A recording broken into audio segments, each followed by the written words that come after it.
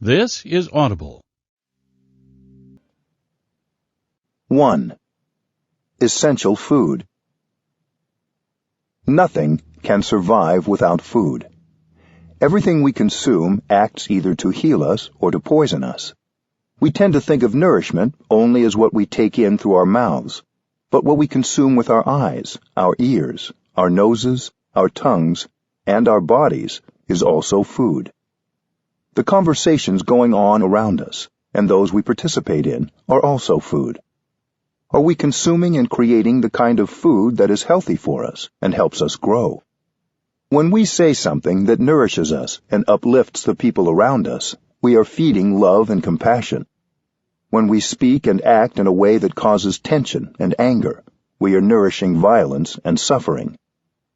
We often ingest toxic communication from those around us and from what we watch and read. Are we ingesting things that grow our understanding and compassion? If so, that's good food. Often, we ingest communication that makes us feel bad or insecure about ourselves or judgmental and superior to others. We can think about our communication in terms of nourishment and consumption. The Internet is an item of consumption, full of nutrients that are both healing and toxic. It's so easy to ingest a lot in just a few minutes online. This doesn't mean you shouldn't use the Internet, but you should be conscious of what you are reading and watching. When you work with your computer for 3 or 4 hours, you are totally lost. It's like eating French fries. You shouldn't eat French fries all day, and you shouldn't be on the computer all day. A few French fries, a few hours, are probably all most of us need. What you read and write can help you heal, so be thoughtful about what you consume. When you write an email or a letter that is full of understanding and compassion, you are nourishing yourself during the time you write that letter.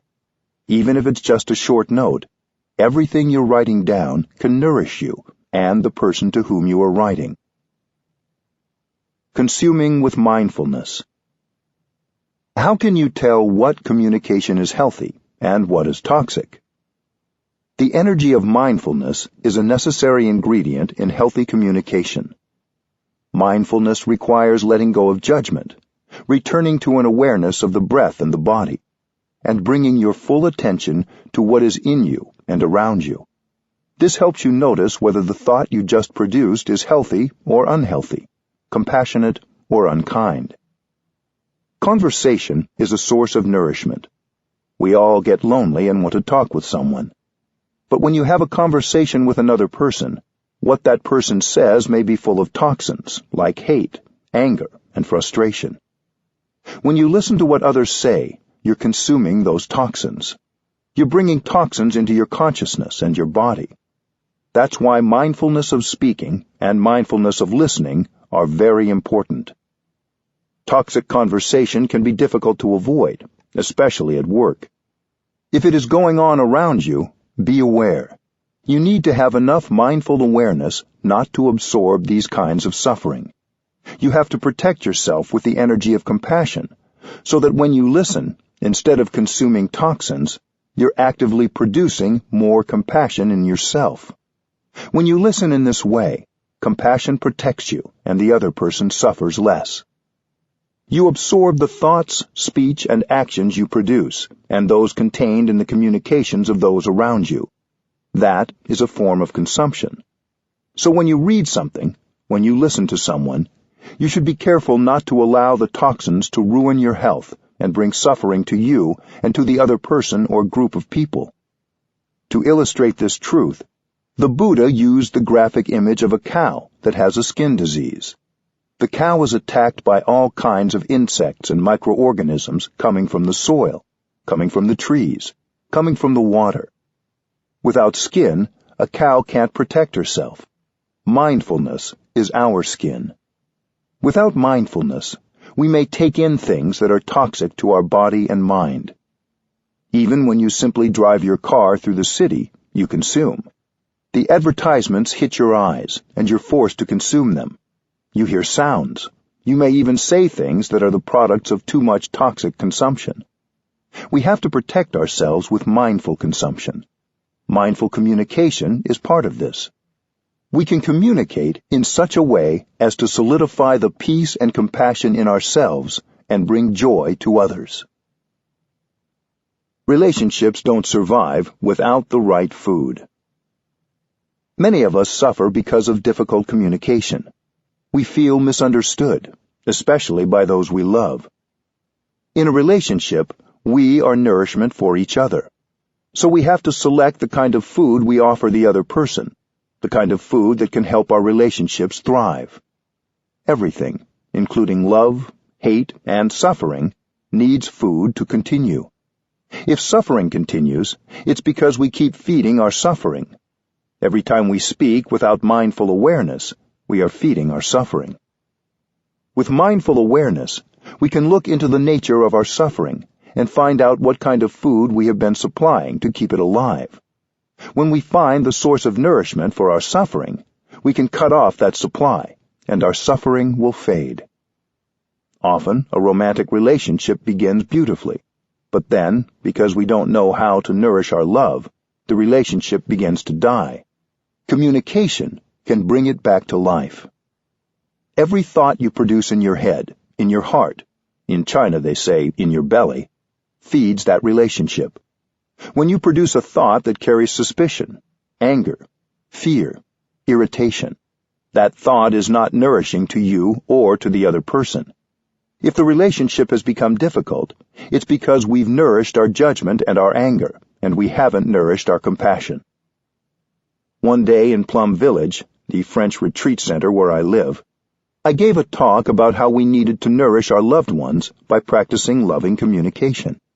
I spoke about our relationships as flowers that need watering with love and communication to grow. There was a woman sitting near the front who was crying the whole time. After the talk, I went to her husband and I said, "My dear friend, your flower needs some watering." Her husband had been at the talk and knew about loving speech, but sometimes we all need a friend to remind us. So, after lunch, the man took his wife for a drive in the country. They just had an hour or so, but he focused on watering the good seeds the whole drive. When they came back, she seemed completely transformed, very happy and joyful. Their children were very surprised, because in the morning, when their parents had left, they'd been sad and irritable. So, in just an hour, you can transform another person and yourself, just with the practice of watering the good seeds. This is applied mindfulness in action. It's not theoretical. Nourishing and healing communication is the food of our relationships. Sometimes one cruel utterance can make the other person suffer for many years, and we will suffer for many years too. In a state of anger or fear, we may say something that can be poisonous and destructive.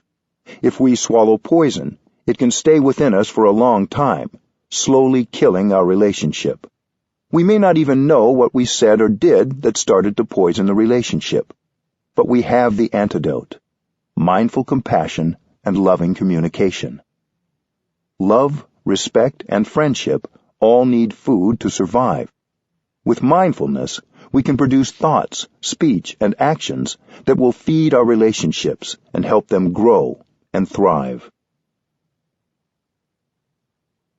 2. Communicating with yourself. Loneliness is the suffering of our time. Even if we're surrounded by others, we can feel very alone. We are lonely together. There's a vacuum inside us. It makes us feel uncomfortable, so we try to fill it up by connecting with other people. We believe that if we're able to connect, the feeling of loneliness will disappear. Technology supplies us with many devices to help us stay connected. But even when we're connected, we continue to feel lonely. We check our email, send text messages, and post updates several times a day. We want to share and receive. We might spend our whole day connecting, but not reduce the loneliness we feel. We all hunger for love, but we don't know how to generate love in order to feed ourselves with it. When we're empty, we use technology to try to dissipate the feeling of loneliness, but it doesn't work. We have the internet, email, video conferencing, texting and posting, apps, letters, and cell phones. We have everything. And yet it's not at all certain that we have improved our communication. Many of us have cell phones. We want to be in touch with other people, but we shouldn't put too much faith in our phones. I don't have one, but I don't feel out of touch with the world. In fact, without a mobile device, I have more time for myself and for others. You believe that having your phone helps you to communicate, but if the content of your speech is not authentic, talking or texting on a device doesn't mean you're communicating with another person. We believe too much in the technologies of communication. Behind all these instruments we have the mind, the most fundamental instrument for communication. If our minds are blocked, there is no device that will make up for our inability to communicate with ourselves or others. Connecting internally. Many of us spend a lot of time in meetings or emailing with others, and not a lot of time communicating with ourselves. The result is that we don't know what is going on within us. It may be a mess inside. How, then, can we communicate with another person? We think that with all our technological devices we can connect, but this is an illusion. In daily life, we're disconnected from ourselves. We walk, but we don't know that we're walking. We're here, but we don't know that we're here. We're alive, but we don't know that we're alive. Throughout the day, we lose ourselves. To stop and communicate with yourself is a revolutionary act. You sit down and stop that state of being lost, of not being yourself. You begin by just stopping whatever you're doing, sitting down, and connecting with yourself. This is called mindful awareness. Mindfulness is full awareness of the present moment. You don't need an iPhone or a computer. You just need to sit down and breathe in and out. In just a few seconds, you can connect with yourself. You know what is going on in your body, your feelings, your emotions, and your perceptions. Digital purpose. When you don't feel you can communicate well in person, or wonder if what you say will be hard for the other person to hear, sometimes the best way to communicate is to write a letter or an email. If you can write a letter that's full of understanding and compassion, then during the time of writing that letter, you will nourish yourself. Everything you write will be nourishing for the person you are writing to, and first of all, for you. The other person hasn't received the email or letter yet, but while typing the letter, you are nourishing yourself, because what you're saying in the letter is full of compassion and understanding. Especially at the beginning of your practice, it may be easier for you to practice mindful communication in writing. Writing this way is good for our health. We can send an email, we can text, and we can talk on the phone and use mindful communication. If our message is full of understanding and compassion, we'll be able to remove fear and anger from the other person. So next time you hold the phone, look at it and remember that its purpose is to help you communicate with compassion. Usually we are in a hurry to send our emails and texts. As soon as we finish writing them, we press send and they are gone. But there's no need to rush. We always have time for at least one in-breath and out-breath before we pick up the phone, or before we press send on a text or email. If we do this, there is a much greater chance that we will be putting more compassionate communication out into the world. Coming home. When we begin to practice mindful awareness, we start the path home to ourselves. Home is the place where loneliness disappears.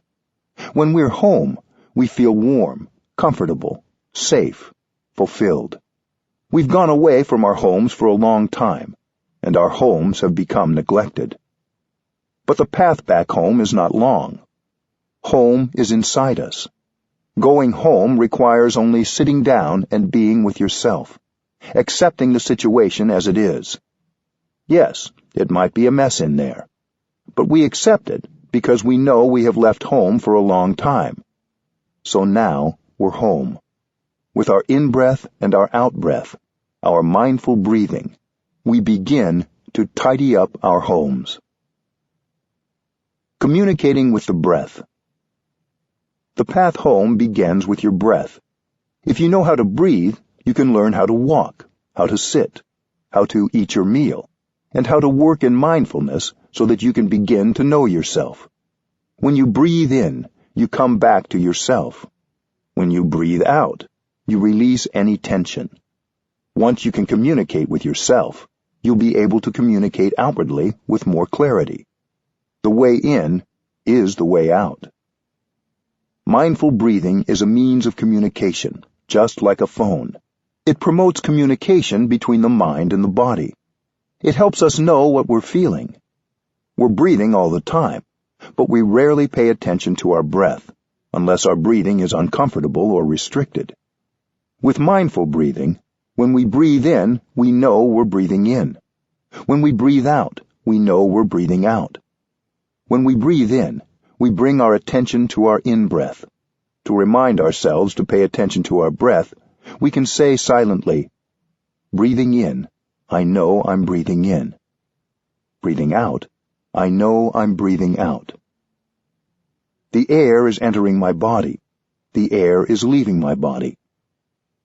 Follow your in-breath and out-breath all the way through. Suppose your in-breath lasts 4 seconds.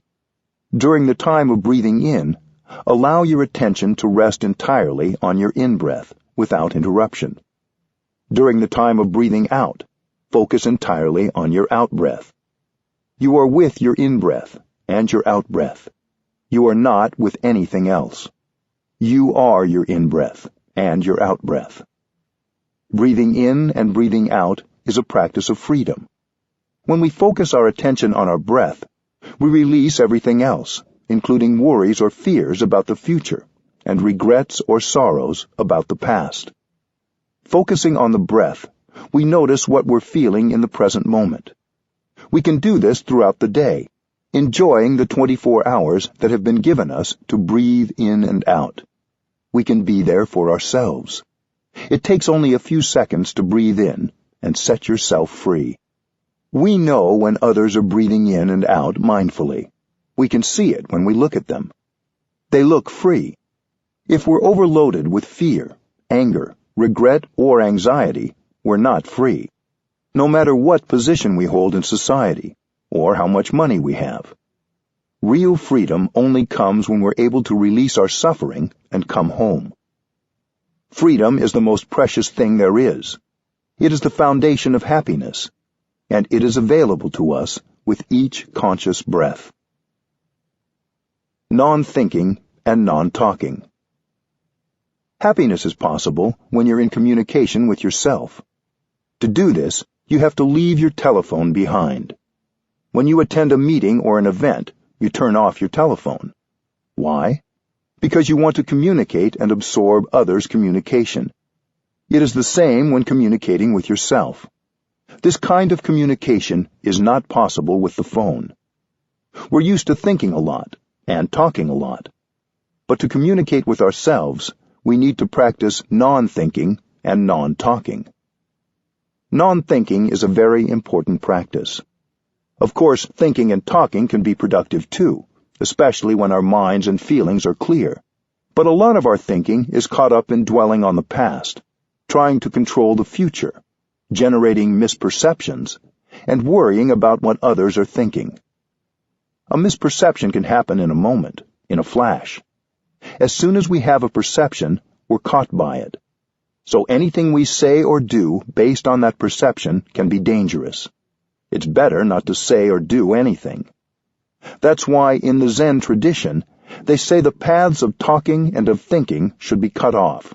The path of speech is cut off because if you continue to talk, you continue to be caught in your words. Mindful breathing is a practice of non-thinking and non-talking. Without thinking and talking, there is no obstacle to get in the way of our enjoyment of the present moment. It's enjoyable to breathe in, to breathe out.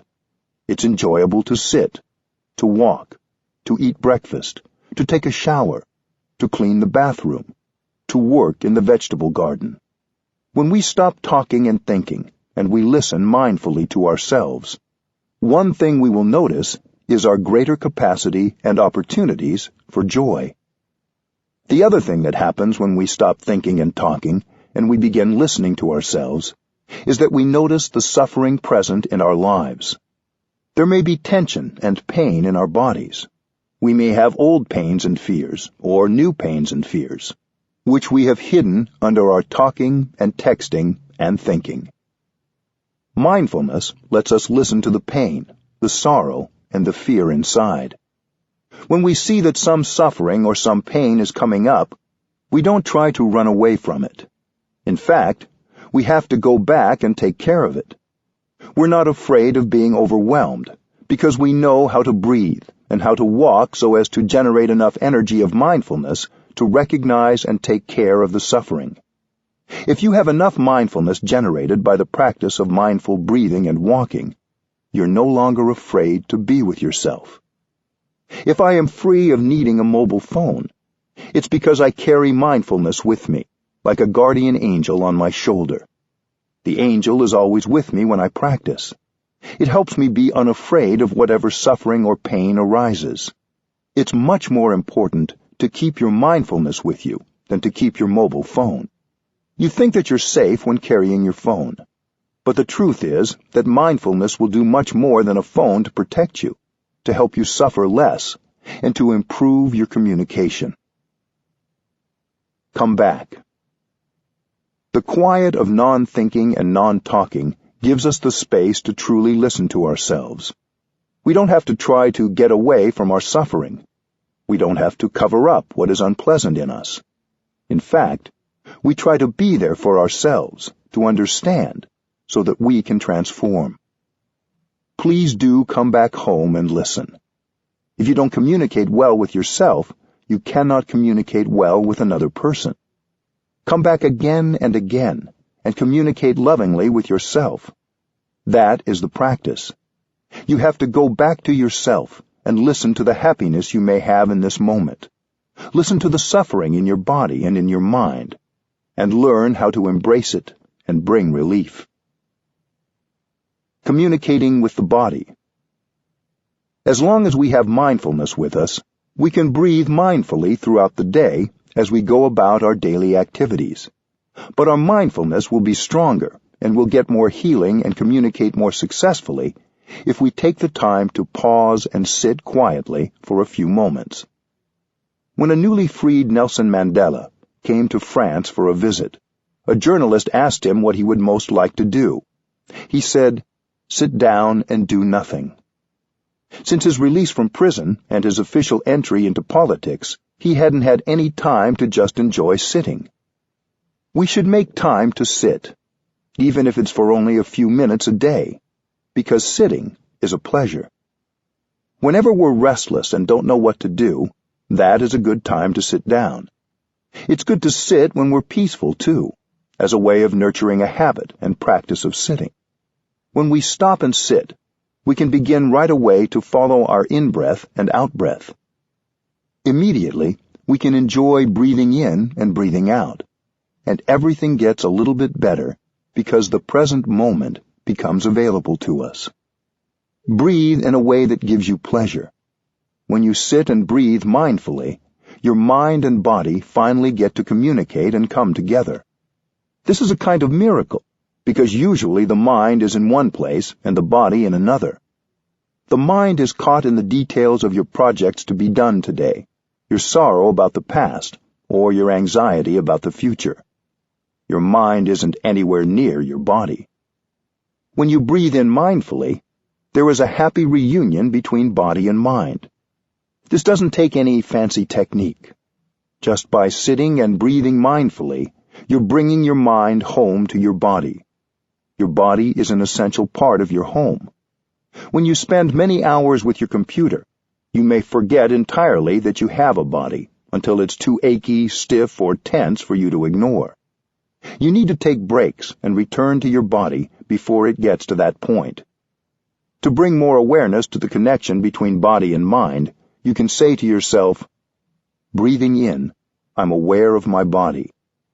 Breathing out, I release all the tension in my body. Take yourself for a walk. Mindful walking is a wonderful way to bring together body and mind. It also allows you the additional opportunity to communicate with something outside yourself that is nourishing and healing, the earth. When you take a step with full awareness that you are taking a step on the ground and the earth, there is no distinction between body and mind. Your body is your breathing. Your body is your feet. Your body is your lungs. And when you are connected with body, feet, breath, and lungs, you are home. Every step brings you home to the here and the now, so you can connect with yourself, your body, and your feelings. That is a real connection. You don't need a device that tells you how many friends you have, or how many steps you've walked, or how many calories you've burned. When you walk mindfully, integrate your breath with each step, and focus on your foot connecting with the ground. You're aware that you're making a step, and you stop thinking altogether. When you think, you get lost in your thinking. You don't know what's going on in your body, in your feelings, or in the world. If you think while you walk, you're not really walking. Instead, focus your attention on your breath and your step. Be aware of your foot, its movement, and the ground you're touching. While you focus your attention on making the step, you are free, because in that time, your mind is only with the step you are making. Your mind is no longer carried off into the future or the past. You take one step, and you are free. While you walk, you can say to yourself, I have arrived. I am home. These words are not a mere declaration or an affirmation practice. They are a realization. You don't need to run anywhere. Many of us have run all our lives. Now we get to live life properly. Home is the here and the now, where all the wonders of life are already available, where the wonder that is your body is available. You can't arrive fully in the here and the now unless you invest your whole body and mind into the present moment. If you haven't arrived 100%, stop where you are and don't take another step. Stay there and breathe until you're sure you have arrived 100%. Then you can smile a smile of victory. It's probably best to do that only when you are enjoying mindful walking alone. If you are around other people, you may create a traffic jam. You don't need an app or an outsider to tell you whether you have arrived. You will know you have arrived because you will recognize that you're comfortable being. When you walk from the parking lot to your office, go home in each step. Recover yourself and connect with yourself during every step. No matter where you're going, you can walk as a free person on this planet Earth and enjoy every step. Walking on the earth heals our alienation. Many of us live in a way that alienates us from the earth and from our own bodies. Most of us live very isolated from each other. We humans can get extremely lonely. We're separated not just from the earth and from each other, but from our own selves. We spend many hours every day forgetting we have bodies. But if we begin to practice breathing mindfully and listening to the body, we can also begin to look deeply and see that the earth is all around us. We touch the earth, and we are no longer alienated from our own bodies or from the body of the earth. We commonly think of the earth as our environment, but looking more deeply, we see that the earth is a wonderful living reality. Often, when we feel alone, we forget that we can connect directly with the earth. When we bring mindfulness to our steps, these steps can bring us back in touch with our own bodies and with the body of the earth. These steps can rescue us from our alienation. Connecting to our suffering. When we begin to breathe mindfully and listen to our bodies, we become aware of feelings of suffering that we've been ignoring. We hold these feelings in our bodies as well as our minds. Our suffering has been trying to communicate with us, to let us know it is there, but we have spent a lot of time and energy ignoring it. When we begin breathing mindfully, feelings of loneliness, sadness, fear, and anxiety may come up. When that happens, we don't need to do anything right away. We can just continue to follow our in-breath and our out-breath. We don't tell our fear to go away. We recognize it. We don't tell our anger to go away.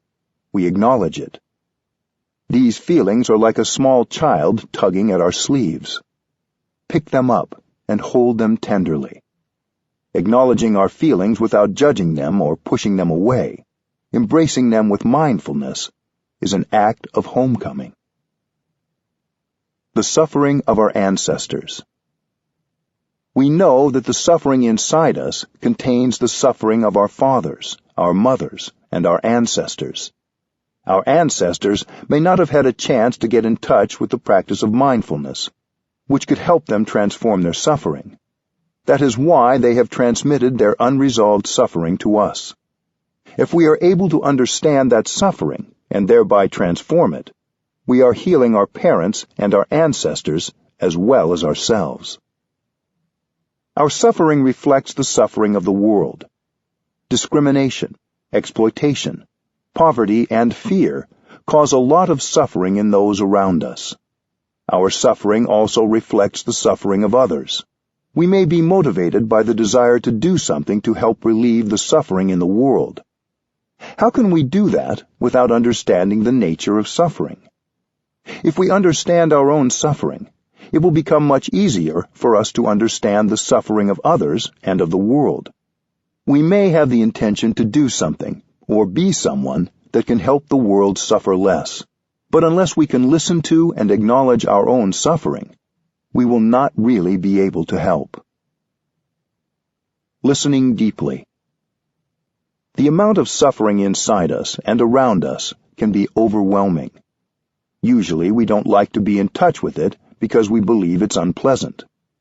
The marketplace provides us with everything imaginable to help us run away from ourselves. We consume all these products in order to ignore and cover up the suffering in us. Even if we're not hungry, we eat. When we watch television, even if the program isn't very good, we don't have the courage to turn it off, because we know that when we turn it off, we may have to go back to ourselves and get in touch with the suffering inside. We consume not because we need to consume, but because we're afraid of encountering the suffering inside us. But there is a way of getting in touch with the suffering without being overwhelmed by it. We try to avoid suffering, but suffering is useful. We need suffering. Going back to listen and understand our suffering brings about the birth of compassion and love. If we take the time to listen deeply to our own suffering, we will be able to understand it. Any suffering that has not been released and reconciled will continue. Until it has been understood and transformed, we carry with us not just our own suffering, but also that of our parents and our ancestors. Getting in touch with the suffering that has been passed down to us helps us understand our own suffering. Understanding suffering gives rise to compassion. Love is born, and right away we suffer less. If we understand the nature and the roots of our suffering, the path leading to the cessation of the suffering will appear in front of us. Knowing there is a way out, a path, brings us relief, and we no longer need to be afraid. Suffering brings happiness. Understanding suffering always brings compassion. If we don't understand suffering, we don't understand happiness. If we know how to take good care of suffering, we will know how to take good care of happiness. We need suffering to grow happiness. The fact is that suffering and happiness always go together. When we understand suffering, we will understand happiness. If we know how to handle suffering, we will know how to handle happiness and produce happiness. If a lotus is to grow, it needs to be rooted in the mud. Compassion is born from understanding suffering. We all should learn to embrace our own suffering, to listen to it deeply, and to have a deep look into its nature. In doing so, we allow the energy of love and compassion to be born. When the energy of compassion is born, right away we suffer less. When we suffer less, when we have compassion for ourselves, we can more easily understand the suffering of another person and of the world. Then our communication with others will be based on the desire to understand rather than the desire to prove ourselves right or make ourselves feel better. We will have only the intention to help. Understanding our own suffering helps us understand others. I know a woman from Washington, D.C., who at one time planned to commit suicide because she couldn't see any way out of the suffering she was feeling. She had no hope. She had a very difficult relationship with her husband and also with their 3 children. She had a friend who wanted her to listen to one of my talks on deep listening and loving speech. She refused because she was Catholic and she thought that listening to a Buddhist teaching meant she wasn't being true to her faith. On the night she planned to kill herself, she telephoned her friend to say goodbye. Her friend said, "Before you kill yourself, come say goodbye to me. Take a taxi." She came, and when she got there, her friend asked her, as a favor, to listen to the tape before she killed herself. Reluctantly, she said, "All right, before dying, I'll satisfy your wish." After listening to the tape, she was curious and decided to go to a mindfulness retreat. At the retreat, she began to really listen to her own suffering. Before that, she had thought the only way to end her suffering was to kill herself. It was too painful to listen. But she learned how to stay with her breath so she could be with her suffering. She found that she had created a lot of wrong perceptions and had nurtured a lot of anger. She had thought that her husband and her family had created all her suffering. But now she saw that she was co-responsible for her suffering. She had thought that her husband didn't suffer, that he just made her suffer. But now her understanding was quite different, and she was able to see the suffering in her husband. This was quite an achievement. When you see the suffering inside yourself, you can see the suffering in the other person, and you can see your part, your responsibility, in creating the suffering in yourself and in the other person. The night when she came back from the retreat, she came and sat close to her husband. This was something very new, coming and sitting near him. She sat for a long time, and then she began to talk. She said, "I know you have suffered so much during the past many years. I couldn't help you. I made the situation worse. It wasn't my intention to make you suffer. It was just because I didn't understand you. I didn't see the suffering inside you. Tell me about your difficulties. Please, help me understand." She was able to use this kind of loving speech. Her husband began to cry like a baby, because for so many years she hadn't talked to him in a loving way. Their relationship had been very beautiful in the beginning, but it had become filled with resentment and arguments and lacked any real communication. That night began their journey to reconciliation. 2 weeks later, the couple came with their children to tell me this story. Loving yourself is the basis for compassion. We tend to think we already know and understand our loved ones very well, but that may not be so. If we haven't understood our own sufferings and our own perceptions, how can we understand the suffering of another person? We shouldn't be too sure that we understand everything about the other person. We have to ask, do I understand myself enough? Do I understand my suffering and its roots? Once you have some understanding and insight into your own suffering, you begin to be better at understanding and communicating with someone else. If you can't accept yourself, if you hate yourself and get angry with yourself, how can you love another person and communicate love to him or her? Self-understanding is crucial for understanding another person. Self-love is crucial for loving others. When you've understood your suffering, you suffer less, and you are capable of understanding another person's suffering much more easily. When you can recognize the suffering in the other person and see how that suffering came about, compassion arises. You no longer have the desire to punish or blame the other person. You can listen deeply, and when you speak, there is compassion and understanding in your speech. The person with whom you're speaking will feel much more comfortable, because there is understanding and love in your voice. Coming home to ourselves to understand our suffering and its roots is the first step. Once we understand our suffering and how it came about, we're in a position to communicate with others in such a way that they also suffer less. Our relationships depend on the capacity of each of us to understand our own difficulties and aspirations and those of others. When you can truly come home to yourself and listen to yourself, you can profit from every moment given you to live. You can enjoy every moment. With good internal communication facilitated by mindful breathing, you can begin to understand yourself, understand your suffering, and understand your happiness.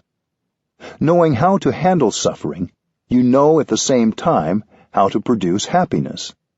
And if you're truly happy, we all profit from your happiness.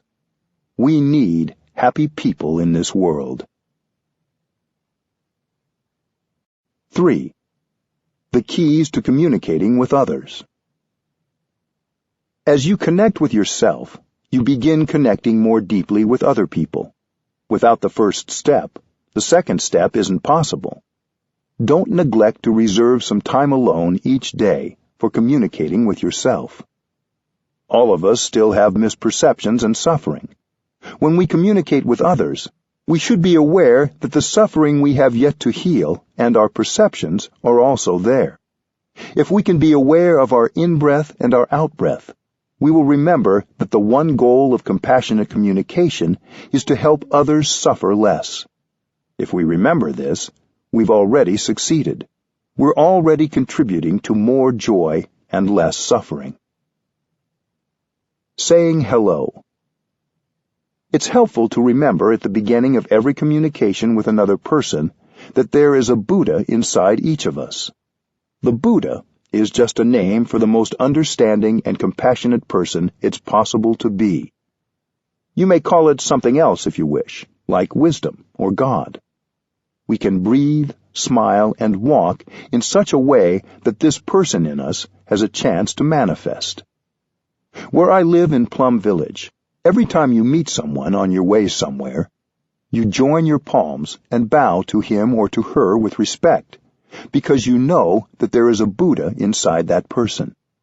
Even if that person isn't looking or acting like a Buddha, the capacity for love and compassion is in him or her. If you know how to bow with respect and freshness, you can help the Buddha in him or her to come out. To join your palms and bow like this isn't mere ritual. It's a practice of awakening. While you bring your hands up and put your palms together, breathe in and out mindfully. Your two hands form a flower, a lotus bud. If you do this with genuine intention, you will likely be able to see the possibilities in the other person. As you breathe, you may want to say silently, "A lotus for you, a Buddha to be." When you join your palms, there should be concentration in you, so you're not just going through the motions. The lotus flower of your hands is an offering to the person in front of you. When you bow, you recognize the beauty in the other person. In many Asian countries, when we meet each other, we don't shake hands like in the West. We just join our palms and bow. About 160 years ago, the French came to Vietnam, and they taught us how to shake hands. In the beginning, we thought it was funny to shake hands like that, but we learned quite quickly. Now everyone knows how to shake hands, but we still like to join our palms and bow, especially in the temple. It may not be appropriate in your life or workplace for you to join your palms to everyone you see, but you can still look them in the eye. As you smile or say hello or shake hands, in your mind you can still be offering them a lotus flower, a reminder of the Buddha nature in both of you. The 2 keys to compassionate communication. We communicate to be understood and to understand others. If we're talking and no one is listening, maybe not even our own selves, we're not communicating effectively. There are 2 keys to effective and true communication. The first is deep listening. The second is loving speech. Deep listening and loving speech are the best instruments I know for establishing and restoring communication with others and relieving suffering. We all want to be understood. When we interact with another person, particularly if we haven't practiced mindfulness of our own suffering and listened well to our own selves, we're anxious for others to understand us right away. We want to begin by expressing ourselves. But talking first like that doesn't usually work. Deep listening needs to come first. Practicing mindfulness of suffering, recognizing and embracing the suffering in oneself and in the other person, will give rise to the understanding necessary for good communication. When we listen to someone with the intention of helping that person suffer less, this is deep listening. When we listen with compassion, we don't get caught in judgment. A judgment may form, but we don't hold on to it. Deep listening has the power to help us create a moment of joy, a moment of happiness, and to help us handle a painful emotion. Now is the time to listen only. Deep listening is a wonderful practice. If you can listen for 30 minutes with compassion, you can help the other person suffer much less. If you don't practice mindfulness of compassion, you can't listen long. Mindfulness of compassion means you listen with only one intention, to help the other person suffer less. Your intention may be sincere, but if you haven't first practiced listening to yourself, and you don't practice mindfulness of compassion, you may rather quickly lose your ability to listen. The other person may say things that are full of wrong perceptions, bitterness, accusation, and blaming.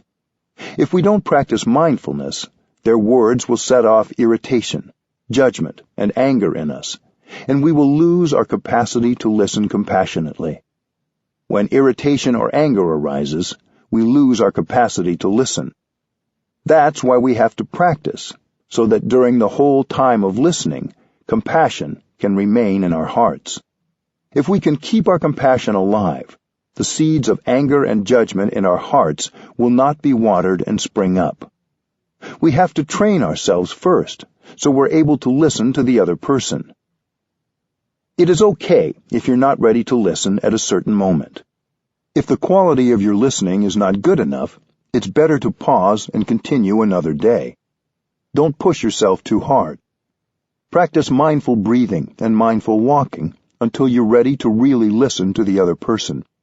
You can say, "I want to listen to you when I'm at my best. Would it be all right if we continued tomorrow?" Then, when we are ready to listen deeply, we can listen without interrupting. If we try to interrupt or correct the other person, we will transform the session into a debate, and it will ruin everything. After we have deeply listened and allowed the other person to express everything in his heart, we'll have a chance later on to give him a little of the information he needs to correct his perception. But not now. Now we just listen, even if the person says things that are wrong. It's the practice of mindfulness of compassion that keeps us listening deeply. You have to take the time to look and see the suffering in the other person. You must be prepared. Deep listening has only one purpose: to help others suffer less. Even if the person says wrong things, expresses bitterness, or blames, continue to listen compassionately for as long as you can. You may want to say this to yourself as a reminder. I am listening to this person with only one purpose: to give this person a chance to suffer less. Keep the one purpose of deep listening alive in your heart and in your mind. As long as you are inhabited by the energy of compassion, you are safe. Even if what the other person says contains a lot of wrong perceptions, bitterness, anger, blame, and accusation, you are really safe. Remember that the other person's speech may be based on prejudices and misunderstandings. You will have a chance later to offer some information so that he or she can correct his or her perception. But not now. Now is the time only to listen. If you can keep your mindfulness of compassion alive for even 30 minutes, you are inhabited by the energy of compassion, and you are safe. As long as compassion is present, you can listen with equanimity. You know that the other person is suffering. When we don't know how to handle the suffering inside us, we continue to suffer, and we make people around us suffer. When other people don't know how to handle their suffering, they become its victim. If you imbibe their judgment, fear, and anger, you become its second victim. But if you can listen deeply, understanding that what they are saying is coming from suffering, then you are protected by your compassion. You only want to help them suffer less. You don't blame or judge them anymore. Love is born from understanding. Listening deeply and compassionately, you begin to understand the other person more fully, and love is nourished. The foundation of love is understanding, and that means, first of all, understanding suffering. Each of us is hungry for understanding.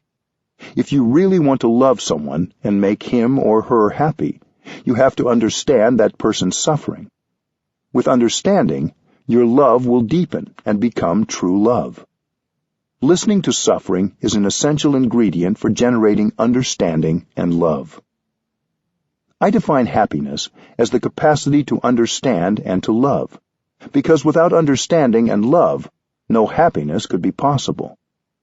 We don't have enough understanding and love, which is why we suffer so much.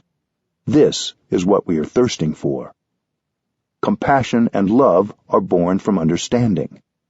How can you love unless you understand? How can the father love his son if he doesn't understand the suffering and difficulties of his son? How can someone make his beloved happy without knowing anything about that person's suffering and difficulties? Do I understand you enough?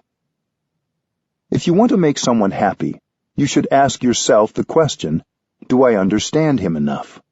Do I understand her enough?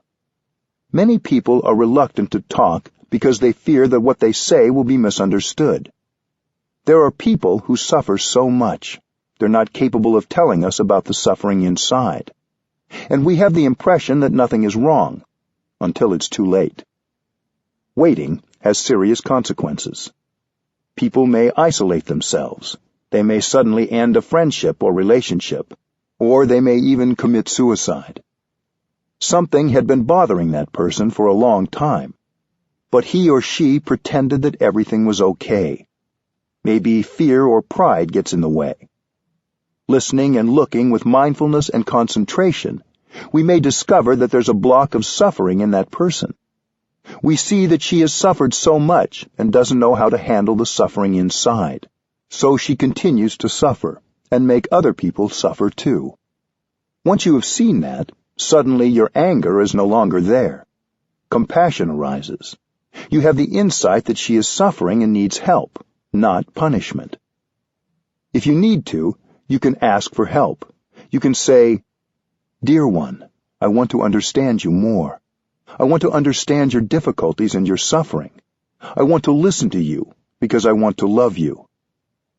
When we take the time to look more deeply, we may see for the first time the big block of suffering in that person. Someone might pretend not to suffer, but that's not true. When you're able to listen compassionately, other people have a chance to tell you about their difficulties. In any relationship, you may want to check whether you have understood the other person. If it is a relationship that is harmonious, in which communication is good, then happiness is there. If communication and harmony exist, it means mutual understanding is there. Don't wait until the other person has left or is full of anger to ask the important question. Do you think I understand you enough? The other person will tell you if you haven't understood enough. He will know if you're able to listen with compassion. You may say, "Please tell me, please help me, because I know very well that if I don't understand you, I will make a lot of mistakes." That is the language of love. The question, "Do you think I understand you enough?" is not just for romantic relationships, but for friends, family members, and anyone you care about. It can even help in a work setting. If you live with a family member, a romantic partner, or a friend, You may think that because you see this person every day, you know a lot about him or her. But that's not correct. You know only a little about that person. You may have lived with someone for 5, 10, or 20 years. But you may not have looked deeply into that person to understand him or her. You may have done the same with yourself. You have lived with yourself your whole life. We think that we already understand who we are. But unless we have listened deeply to ourselves with compassion and curiosity, and without judgment, we may not know ourselves very well at all. If you wait until family members pass away, it will be too late to ask them to share more about themselves. It's nice when a child of any age sits with a parent and asks about their experiences, sufferings, and sources of happiness. Just sit and listen.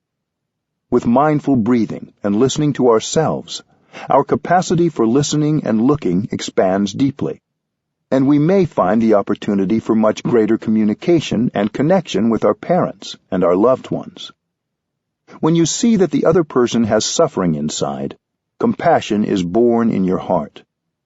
You may want to do something to help that person suffer less.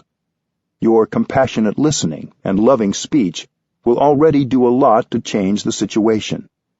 Then you can sit with the person and together get insight into what other concrete actions, if any, are necessary to help the situation.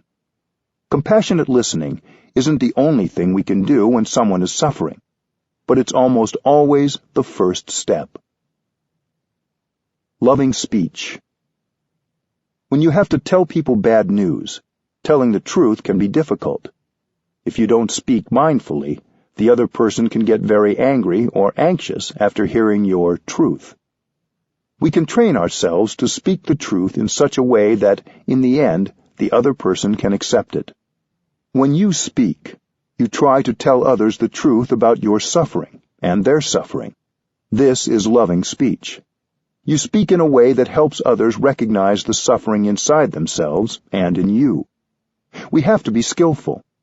The one who speaks has to be very mindful, using words in a way that can help the listener not be caught in wrong perceptions. And the listener has to be careful not to be caught in the words being said or the ideas being offered. There needs to be mindfulness and skillfulness on the part of both the speaker and the listener. Because you have first practiced compassionate listening, you know that what you say can carry with it insight and understanding. With more understanding, you can really help the other person suffer less, and your communication is more effective. You speak gently because you are willing to help. The way we communicate already makes the other person feel much better. The words we say are nourishment. We can use words that will nourish ourselves and nourish another person. What you say, what you write, should convey only compassion and understanding. Your words can inspire confidence and openness in another person. Generosity can be practiced wonderfully with loving speech. You don't have to spend any money to practice generosity. In Buddhism, another way of saying loving speech is right speech. In our daily life, right speech is what nourishes us and nourishes those around us. Wrong speech. We call loving speech right speech, because we know that suffering is brought about by wrong speech. Our speech can cause a lot of suffering with unkind, untruthful, or violent words. Wrong speech is the kind of speech that lacks openness and does not have understanding, compassion, and reconciliation at its base. When we write a note or a letter, when we speak on the telephone, what we write or say should be right speech that conveys our insight, our understanding, and our compassion. When we practice right speech, we feel wonderful in our bodies and our minds. And the one who listens to us also feels wonderful. It's possible for us to use right speech, the speech of compassion, tolerance, and forgiveness, several times a day. It doesn't cost anything, and it's very healing. The 4 elements of right speech. Loving, truthful speech can bring a lot of joy and peace to people. But producing loving speech takes practice because we aren't used to it. When we hear so much speech that causes craving, insecurity, and anger, we get accustomed to speaking that way. Truthful, loving speech is something we need to train ourselves in. In Buddhism, there's a practice called the 10 Bodhisattva trainings. 4 of these 10 relate to right speech. A bodhisattva is an enlightened being who has dedicated his or her life to alleviating the suffering of all living beings. Enlightenment is always enlightenment about something. If you begin to understand the nature and the root of your suffering, that is a kind of enlightenment, and it helps you suffer less right away. There are those of us who are very critical of ourselves. That's because we haven't understood our own suffering. When we become a bodhisattva for ourselves, we don't blame ourselves or others anymore. A bodhisattva is someone who can speak with gentle, loving speech, and who can listen with compassion. Anyone can become a bodhisattva by training diligently. You don't have to practice for 10 years to become a bodhisattva. Spend at least some time each day, even if it's only 5 or 10 minutes, sitting, practicing mindful breathing, and listening to yourself. Here are the 4 Bodhisattva guidelines of the 10 Bodhisattva trainings for right speech. 1. Tell the truth. Don't lie or turn the truth upside down. 2. Don't exaggerate. 3. Be consistent. This means no double talk, speaking about something in one way to one person and in an opposite way to another for selfish or manipulative reasons. 4. Use peaceful language. Don't use insulting or violent words, cruel speech, verbal abuse, or condemnation. Tell the truth. The first element of right speech is to tell the truth. We don't lie. We try not to say untruthful things. If we think the truth is too shocking, we find a skillful and loving way to tell the truth. But we have to respect the truth. There are those who verbally abuse people and make them suffer, and then say, "I'm only telling the truth." But they tell the truth in a violent and attacking way. Sometimes it can even cause the other person to feel great suffering. When you tell the truth, sometimes the result isn't what you wanted. You need to look deep into the mind of the other person to see how you can tell the truth in such a way that others don't feel threatened, so they can listen. You try to tell the truth in a loving and protective way. It's important to remember that what you think is the truth could be your own incomplete or erroneous perception. You think it's the truth, but your perception may be partial. It may be blocked by something. Lying is dangerous, because one day the other person may find out the truth. That could be a catastrophe. So if we don't want to lie, and we don't want to trigger a hurt, we have to be mindful of our words and find a skillful means to tell the truth. There are many ways to tell the truth. It's an art. The truth is a solid base for a long-lasting relationship. If you don't build your relationship on the truth, sooner or later it will crumble. We have to find the best way to tell the truth so that the other person can receive it easily. Sometimes, even the most skillful words can cause pain. That is okay. Pain can heal. If your words are spoken with compassion and understanding, the pain will heal more quickly. Suffering can be beneficial. There can be goodness in suffering, but we don't want to make the other person suffer needlessly. We can minimize the shock and the pain. We try to convey the truth in such a way that other people can hear us without suffering too much. The important thing is that they feel safe. They may not get it, or it may take time for them to get it. They may continue to have a different perception than ours. Sometimes you can begin by telling another story, the story of someone else whose situation is similar to the person you are speaking to, so that he or she can get accustomed to the idea. It's easier to listen to the story of another person. You can say, "What do you think? Would it be good for the other person to hear the truth or not?" Usually people say, "Yes, it's good to hear the truth." Sometimes the person you are speaking to will come to the conclusion independently and learn from the case of the other person. It takes a lot of practice to tell the truth in a way that the other person can hear. Don't exaggerate. The second part of right speech is to refrain from inventing and exaggerating. You want to speak about some little thing, but you exaggerate and make it very big.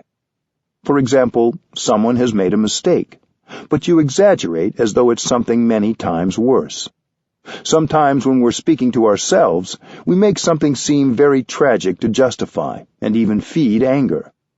There may be some truth in what you want to say, but you exaggerate what the other person has done, so you paint a wrong image of the other. This may seem harmless, but it takes you away from the truth and takes away the trust in a relationship. Be consistent. The third kind of incorrect speech is what we call in Vietnamese forked tongue or double tongue. It means you say something to one person, but when speaking about the same matter to another person, you say something different as a way of gaining some advantage. You speak about the same situation, but in conflicting ways. This causes division and can make a person or group think badly about the other person or group when there's no basis for it. This can cause a lot of suffering on both sides and might even cause them to become enemies. Right speech requires being true to your word and not changing the content for your own advantage or to portray yourself in a better light. Use peaceful language. The fourth aspect of right speech is to refrain from speech that's violent, condemning, abusive, humiliating, accusing, or judgmental. The 4 criteria. In the time of the Buddha, people were caught by mental constructions and interpreted the teachings in ways that were not intended by the teacher. The Buddha and his students came up with 4 criteria that should be contained in any teaching. These 4 criteria are helpful today in evaluating whether we and others are using right speech and speaking the truth effectively. The 4 criteria are: 1. We have to speak the language of the world. 2. We may speak differently to different people in a way that reflects how they think and their ability to receive the teaching. 3. We give the right teaching according to person, time, and place, just as a doctor prescribes the right medicine. 4. We teach in a way that reflects the absolute truth. The first criterion: speak the language of the world. The first criterion is to understand the worldly way of seeing things, the worldly view. Sometimes we have to use the kind of language that people speak and the way they view things. If you don't use the language of the world, most people won't understand what you mean, and you can communicate only with people who already think like you.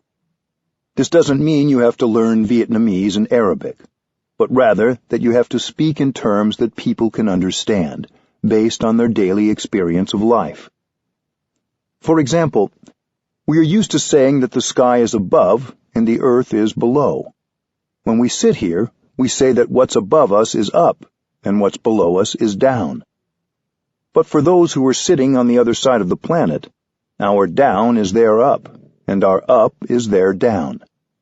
What is up and down for this corner of the planet is not up and down for another part of the planet. So, up and down is a truth, but it's a relative truth. We can use it as part of our common language to communicate with each other, without needing to have an extended discussion of up and down each time we talk. The second criterion: speak according to the understanding of the person listening. The second criterion says that we may have to speak to each person differently. This doesn't contradict the element of right speech that says not to speak with a forked tongue, doublespeak.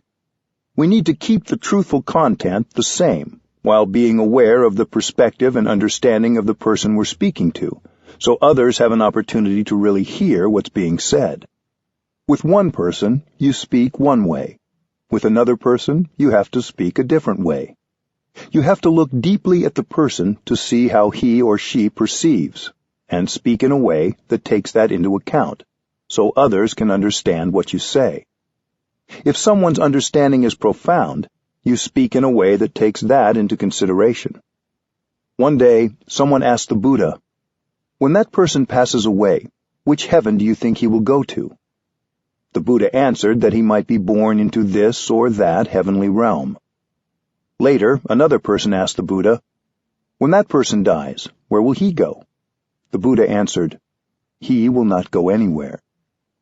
Someone standing nearby asked the Buddha why he had given the two people two different answers. The Buddha replied that it depends on the person who asks.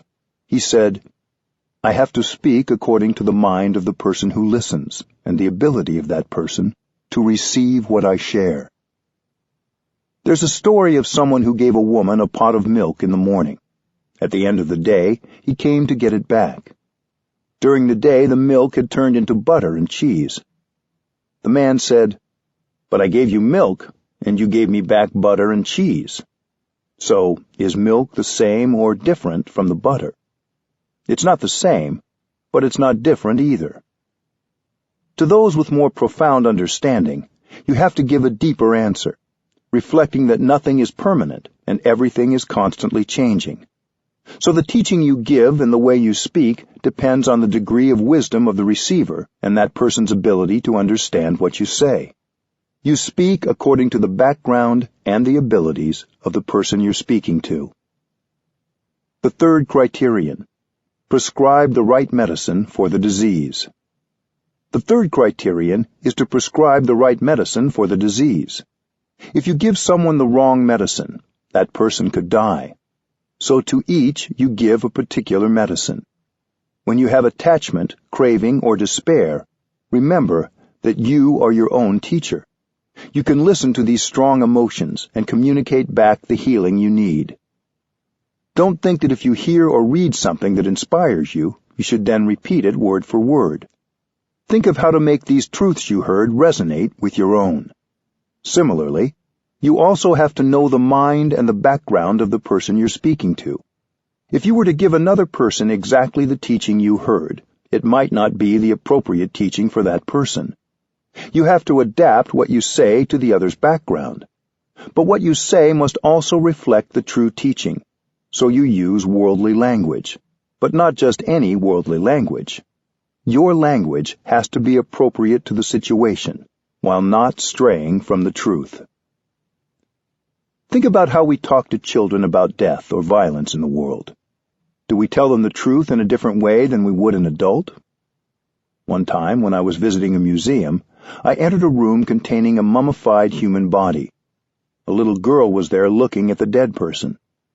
After we both had stood there looking together for a while, with fear in her eyes, she asked me something like, "Am I going to be lying dead on a table one day?" I breathed in and out and gave her the only answer that was appropriate for that situation. No. I hope that someday a wise parent or friend will be able to talk with her about the impermanence of all things, including our bodies, and the deep teaching of the Buddha that nothing ever ceases to exist altogether. Nothing goes from being existent to being non-existent. But this was not the time or place for her to be told all that. So I gave her the best answer available under the circumstances, which was no. Even with adults, we can vary what we say depending on how fragile we think they might be about a certain subject. We want to share information in a way that people can integrate and use later, even if not right away. This isn't lying. It's telling the truth in a skillful way. There was a man belonging to the Jain tradition who asked the Buddha whether human beings have a self. The Buddha could have answered that there is no self, but he kept silent. Then the Jain man asked, "Then do we have no self?" The Buddha still kept silent. Later, Ananda asked the Buddha, "Why didn't you say there is no self?" The Buddha said, "I know that he is caught in his view. If I were to say that there is no self, he would be lost and he would suffer a lot. So, although no self is correct according to our teaching, it was better to keep silent." The fourth criterion: reflect the absolute truth. The fourth criterion is the absolute truth, the most profound view of things, and it may be found in sentences such as, "There is no separate self," or "There is no such thing as birth and death." The absolute truth is correct. It is the closest thing to a description of the ultimate reality, but it can make people feel lost if they haven't had a spiritual teacher who could skillfully convey its depths to them in a way they could take in. So whenever we need to say something we know will be difficult for others to hear, we have to be humble and try to look more and more deeply to discover in what way we can talk about these things. There are some absolute truths, such as that of no birth and no death, that are very difficult to grasp in our everyday way of thinking and everyday lives. But then if we are shown something simple, such as a cloud, we can grasp very easily that the cloud isn't born and it doesn't die. It simply changes form. We may think of these absolute truths as abstract, but they are visible all around us in the natural world if we look deeply or have a teacher or companion with whom we can talk about what we see. If you use these four criteria, you will not be confused when you are reading or listening to something. They can also help you listen well to others and express yourself effectively in everyday life, whether in friendly conversation, when speaking to or listening in a group, or when reading a text, whether secular or religious. You will have a deep understanding of what is the truth in any given situation and how best to respond. This training isn't just about how we speak, but also goes along with how we listen. So the focus is what happens not only with the mind and tongue, but also with the ear. When we listen more deeply and see more clearly, compassion arises, and we use mindful speech that reflects our sincere and caring intentions. Instead of speaking cruelly, we begin to listen with compassion. When we have the ability to listen with compassion to the suffering of the other person, we will benefit as well. Our compassion makes us happy and peaceful. When we listen with compassion, we can understand things that we wouldn't be able to understand if we were full of anger. Listening deeply is a kind of looking deeply. You look not with your eyes, but with your ears. When you look with your eyes, you can see the suffering. When you look with your ears, you can hear the vibration of that person's words. In Vietnamese, the Bodhisattva Avalokiteshvara is called Quan the Am, in Chinese, Kuan Yin. Quan means to contemplate deeply, the means world, and Am means sound. Quan the Am listens to all the sounds, all the suffering of the world. When you listen like that, compassion is born in you, and you can have peace. Please listen with great compassion. Even when you're sad because of bad news, your compassion will soothe your agitation and make you more peaceful. Help people understand. On my last trip to India, I was invited to be the guest editor for one day at the Times of India, the largest daily paper in India. It was during the Gandhi commemoration days in October 2008. One day I was sitting with the regular editors in a meeting when news came in of a terrorist attack in Mumbai, near the Pakistan border, in which a lot of people had been killed. The editors asked me, "If you were a journalist in our time, how would you report when there is so much bad news and so little good news? How should we be as journalists?" It's a difficult question. Reporters have to report the news. But if journalists are writing only from the place of shock, fear, or outrage, they will report it in a way that waters the fear and anger of the reader, possibly creating more violence. So what can we do when we receive such news? I didn't answer right away. I went back to my in-breath and out-breath, and I kept silent for a time, and they kept silent too. Then I said, "You have to tell the truth, but you have to report it in such a way that we don't water the seeds of fear, anger, and vengeance in people. So you have to sit as a practitioner and look deeply and ask, why would someone do violence to innocent people? When you've looked deeply, you will see that those who do violence have a wrong perception of the situation.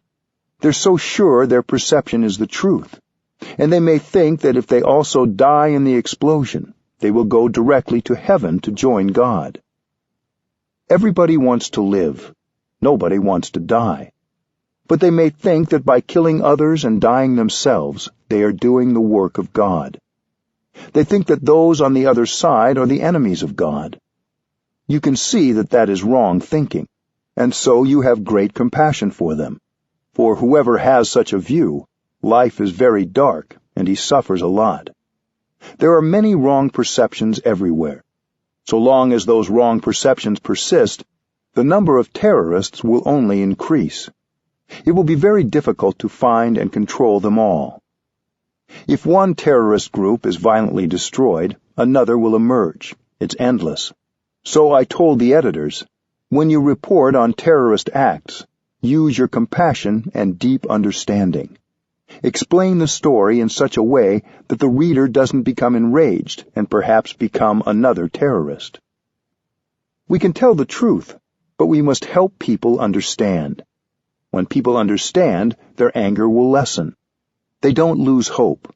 They know what to do and what not to do, what to consume and what not to consume, in order not to continue this kind of suffering. So my message that morning was that we should reflect and discuss events in a way that will not increase the despair and the anger in people. Instead, we can help them to understand why things happen, so their insight and compassion increase.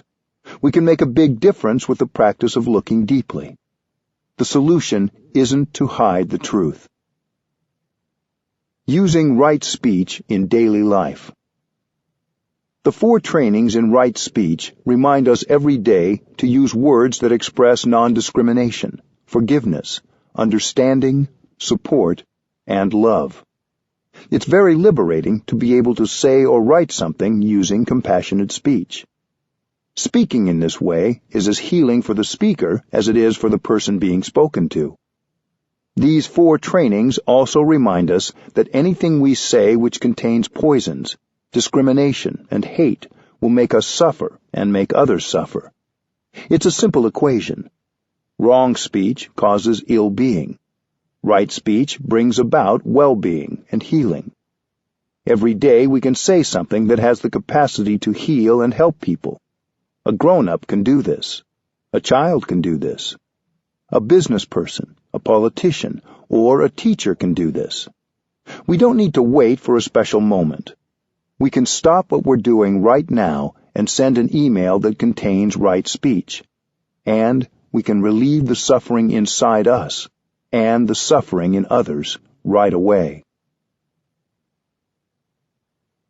4. The 6 mantras of loving speech. When we have the impression that we're all alone and nobody supports us, we can remember that it's only a perception. It's not accurate. Think of a tree standing outside right now. The tree is supporting us with beauty, freshness, and oxygen for us to breathe. That kind of support is also a kind of love. The fresh air outside, the plants that feed us, and the water that flows over our hands from the tap all support us. There are many ways that people can support us and love us without actually saying, "I love you." You may know people who have never said, "I love you," but you know they love you. When I was ordained as a novice monk, I had a teacher who I knew loved me deeply, but he never said, "I love you." That is the traditional way. If one pronounced the words, "I love you," it seemed that some of the sacredness was lost. Sometimes we feel very grateful, but we want to express our gratefulness in ways other than simply saying thank you. Look for the many ways people communicate their love without saying it. Maybe, like the tree, they are supporting you in other ways. It's also true that the people you love may not know you love them. Sometimes we want to tell someone how much we care, but we don't know the words to say it so that person will understand how we feel. The 6 mantras are 6 sentences that embody loving speech and let people know that you see them, you understand them, and you care for them. In Buddhism, we call these sentences mantras. They're a kind of magic formula. When you pronounce them, you can bring about a miracle, because happiness becomes available right away. As with each practice, you begin with mindful breathing to bring about your true presence. Then you come to the other person in mindfulness, committed to the practice of compassionate communication. You may want to breathe in and out 3 times before you say the mantra. We need those 3 breaths in and out. This will make you calm, and your calm will be communicated to the other person. Then, when you go to another person, you know you will be fresh, you will have peace, and you can offer those things to the other person. If you want the mantra to work, you have to breathe in mindfully first and become fresh before you pronounce it. You look into the other person's eyes and you say these short sentences. A mantra may contain as few as 4 words, but in these words you are able to be fully there for the person you love. The first mantra. The first mantra is, I am here for you. This is the best gift you can give a loved one. Nothing is more precious than your presence. No matter how expensive the things you buy for someone else, they're not as precious as your true presence. That wonderful presence is fresh, solid, free, and calm, and you offer it to your loved ones to increase their happiness and your own happiness. I am here for you. To love someone means to be there for him or for her. To be there is an art and a practice. Are you truly there for the person you love, 100%? Using the skills of mindful breathing and mindful walking, you can bring together your body and mind to restore yourself and produce your true presence in the here and the now. To be there like that, for yourself and for the other person, is an act of love. We can also use this mantra with ourselves. When I say to myself, I am here for you, it also means that I am there for myself. My mind goes home to my body, and I become aware that I have a body. That is a practice of love directed to yourself. If you are capable of being with yourself, you are capable of being with the person you love. The practice can be very pleasant. Breathing in and bringing your mind home to your body can be a very pleasant thing to do. You enjoy your in-breath, you enjoy your body, and you enjoy your mind. Then the mantra will have an effect on those around you, too. You don't need to wait for the practice to be reciprocated. The other person doesn't need to say anything in return. When you produce the mantra, both of you benefit. The mantra helps you and the other person come home to yourselves and to the moment you are sharing. So the effect is double. We say that love is based on understanding, but how can you understand someone if you aren't present? Your mind has to be in the here and the now before you can love. So the first definition of love is to be there. How can you love if you are not there? To love, you have to be there.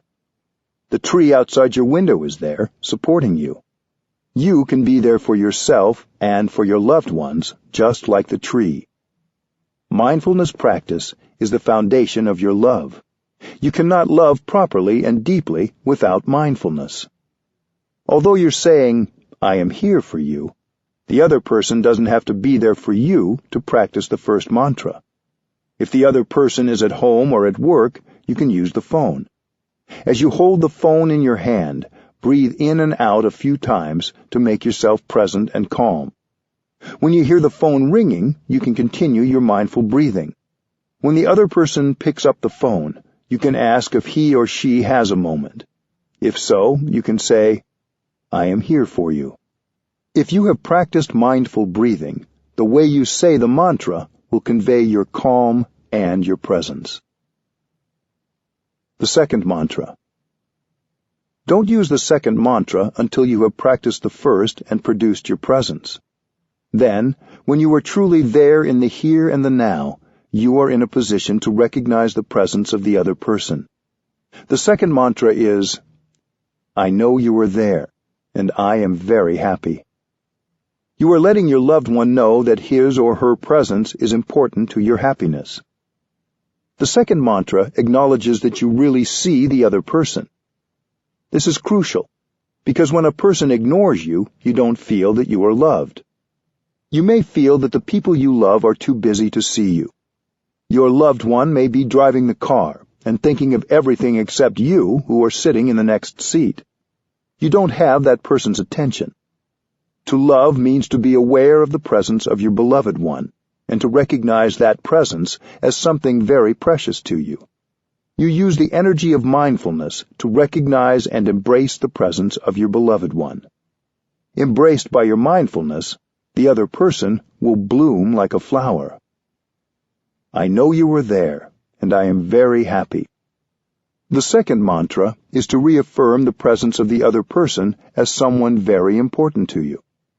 The second mantra, like the first, only works if you breathe in and out before saying it. Imagine the other person is not there. He or she has moved away or passed on. You might feel a big hole. Right now, that person is alive and near you, so you're very lucky. That's why you have to practice the second mantra, to remind yourself of the gift of that person's presence. When someone says he loves you, but he ignores your presence and doesn't pay attention to you being there, you don't have the feeling that you are loved. So when you love someone, you have to recognize his or her presence as something precious to you. The second mantra can be practiced every day, several times a day. I know you are there, and it makes me very happy. This mantra, like the first, can be shared any time, before work, at the dinner table, or over the phone or by email if you want to share it with someone you don't get a chance to see. These mantras feel a bit awkward at first, while you're getting used to them. But once you see the results, they will get easier. You can make yourself and the other person happy right away. It's quicker than instant coffee. But remember one thing. A mantra can be practiced successfully only if you know how to make yourself present and say it in mindfulness. The third mantra. While the first two mantras can be said several times a day, no matter what the situation, the third mantra is used when you notice that the other person is suffering. The third mantra can help the other person suffer less right away. The third mantra is, I know you suffer, and that is why I am here for you. Thanks to your mindfulness, you know that something is not going well with your friend or loved one. When your loved one is suffering, your impulse may be to want to do something to fix it. But you don't need to do much.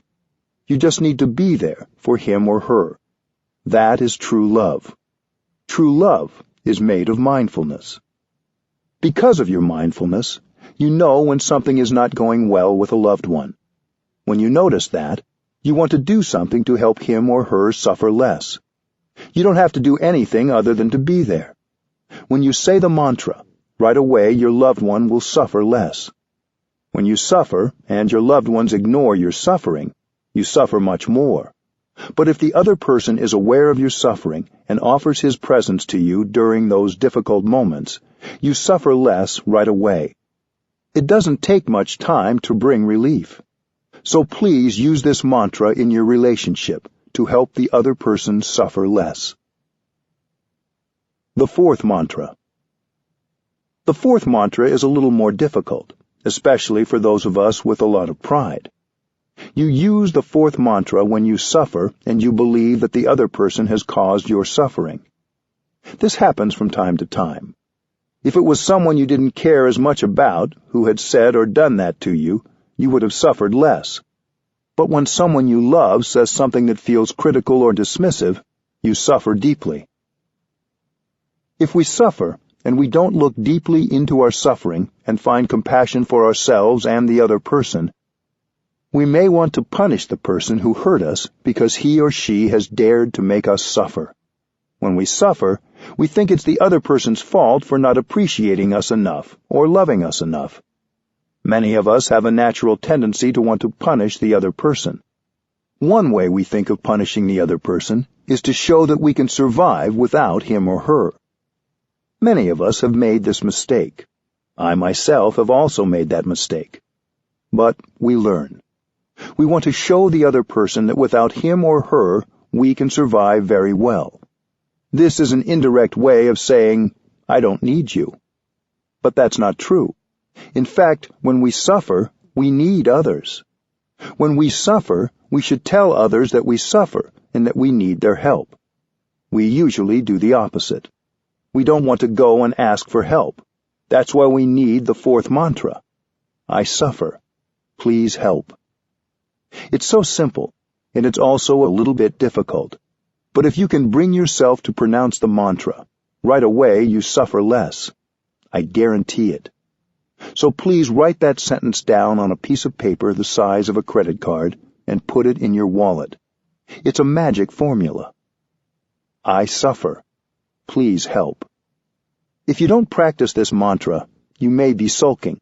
If others notice that something is wrong, that maybe you suffer, they might try to comfort you and say, "Are you suffering?" When someone asks you this, you might have the tendency to respond, "Suffer? Why should I be suffering?" You know that's not the truth.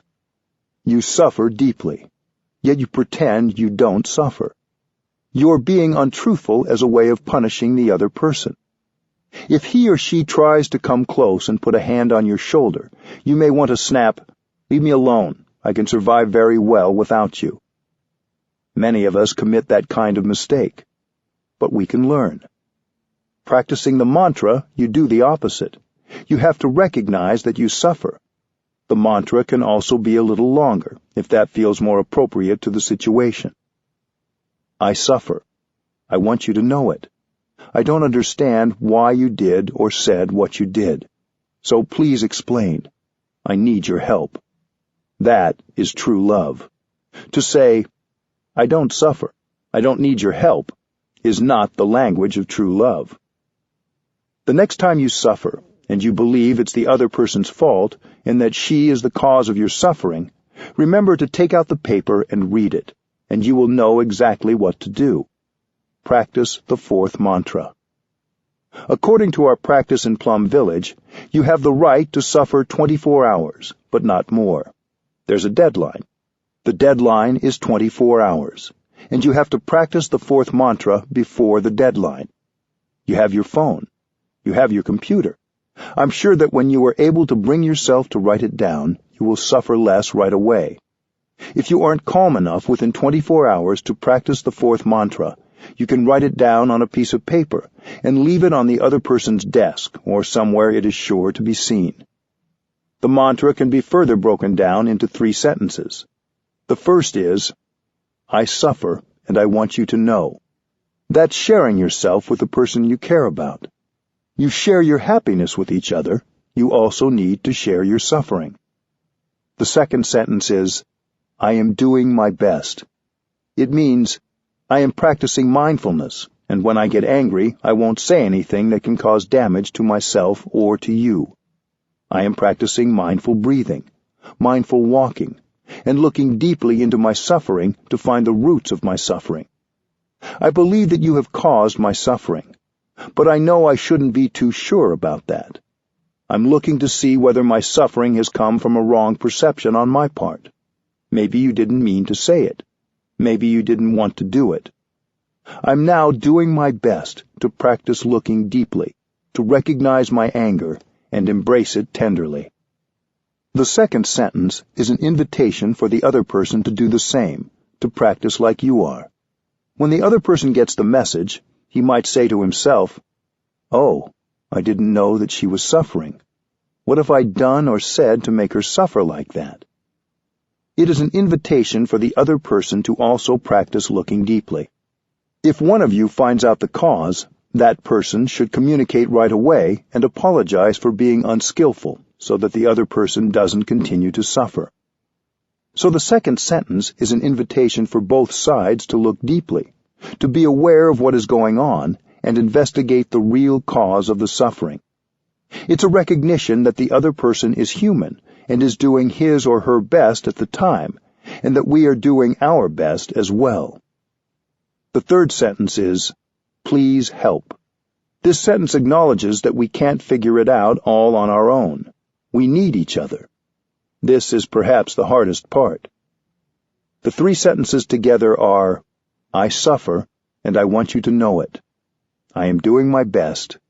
Please help. The 5th mantra.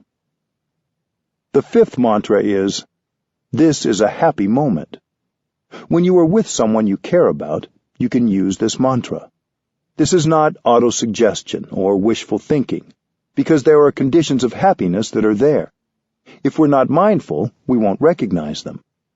This mantra is to remind ourselves and the other person that we are very lucky, that there are so many conditions of happiness that are available in the here and the now.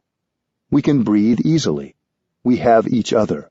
We have the blue sky and the solidity of the whole earth supporting us. Sitting with the other person, walking together, you may want to pronounce the fifth mantra and realize how lucky you are. Being able to recognize that this moment is a happy moment depends on your mindfulness. These conditions of happiness are more than enough for both of you to be happy in the here and the now. It is mindfulness that makes the present moment into a wonderful moment. We can each learn how to bring happiness into the here and the now with our practice. What are we waiting for to be happy? Why do we have to wait? With mindfulness, you can recognize that it is possible to be happy right here and right now. The sixth mantra. You use the sixth mantra when someone praises or criticizes you. You can use it equally well in both cases. The sixth mantra is, "You are partly right. I have weaknesses in me, and I have strengths in me. If you praise me, I shouldn't get too puffed up and ignore the fact that in me there are also challenges. When you criticize me, I shouldn't get lost in that and ignore the positive things. When you see beautiful things in someone, you tend to overlook the things that are not so beautiful. But as human beings, we all have both positive and negative aspects. So when your loved one rhapsodizes about you, telling you that you are the very image of perfection, you can say, "You are partly right. You know that I have other things in me too." In this way, you retain your humility.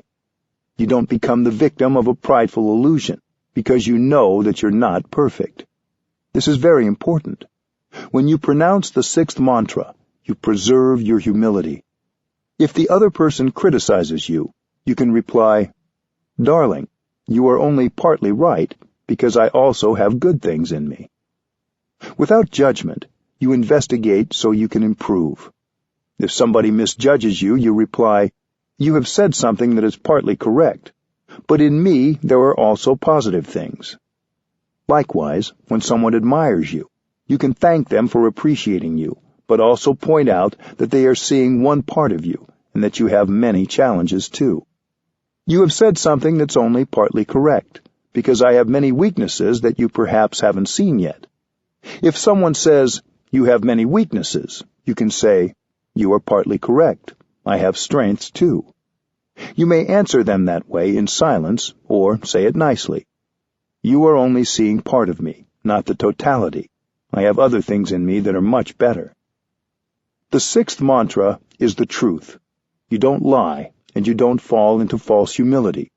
You just say it, either aloud or silently to yourself. Inside you there are many wonderful qualities, and many weaknesses. You accept both. But that acceptance doesn't prevent you from developing your positive qualities and addressing your weaknesses. We can use the same method when we look at other people. We can accept others like we accept ourselves. We know that what they are expressing is only part of them. Before judging and shouting at somebody, instead of telling someone he or she has no value, we have to look deeper.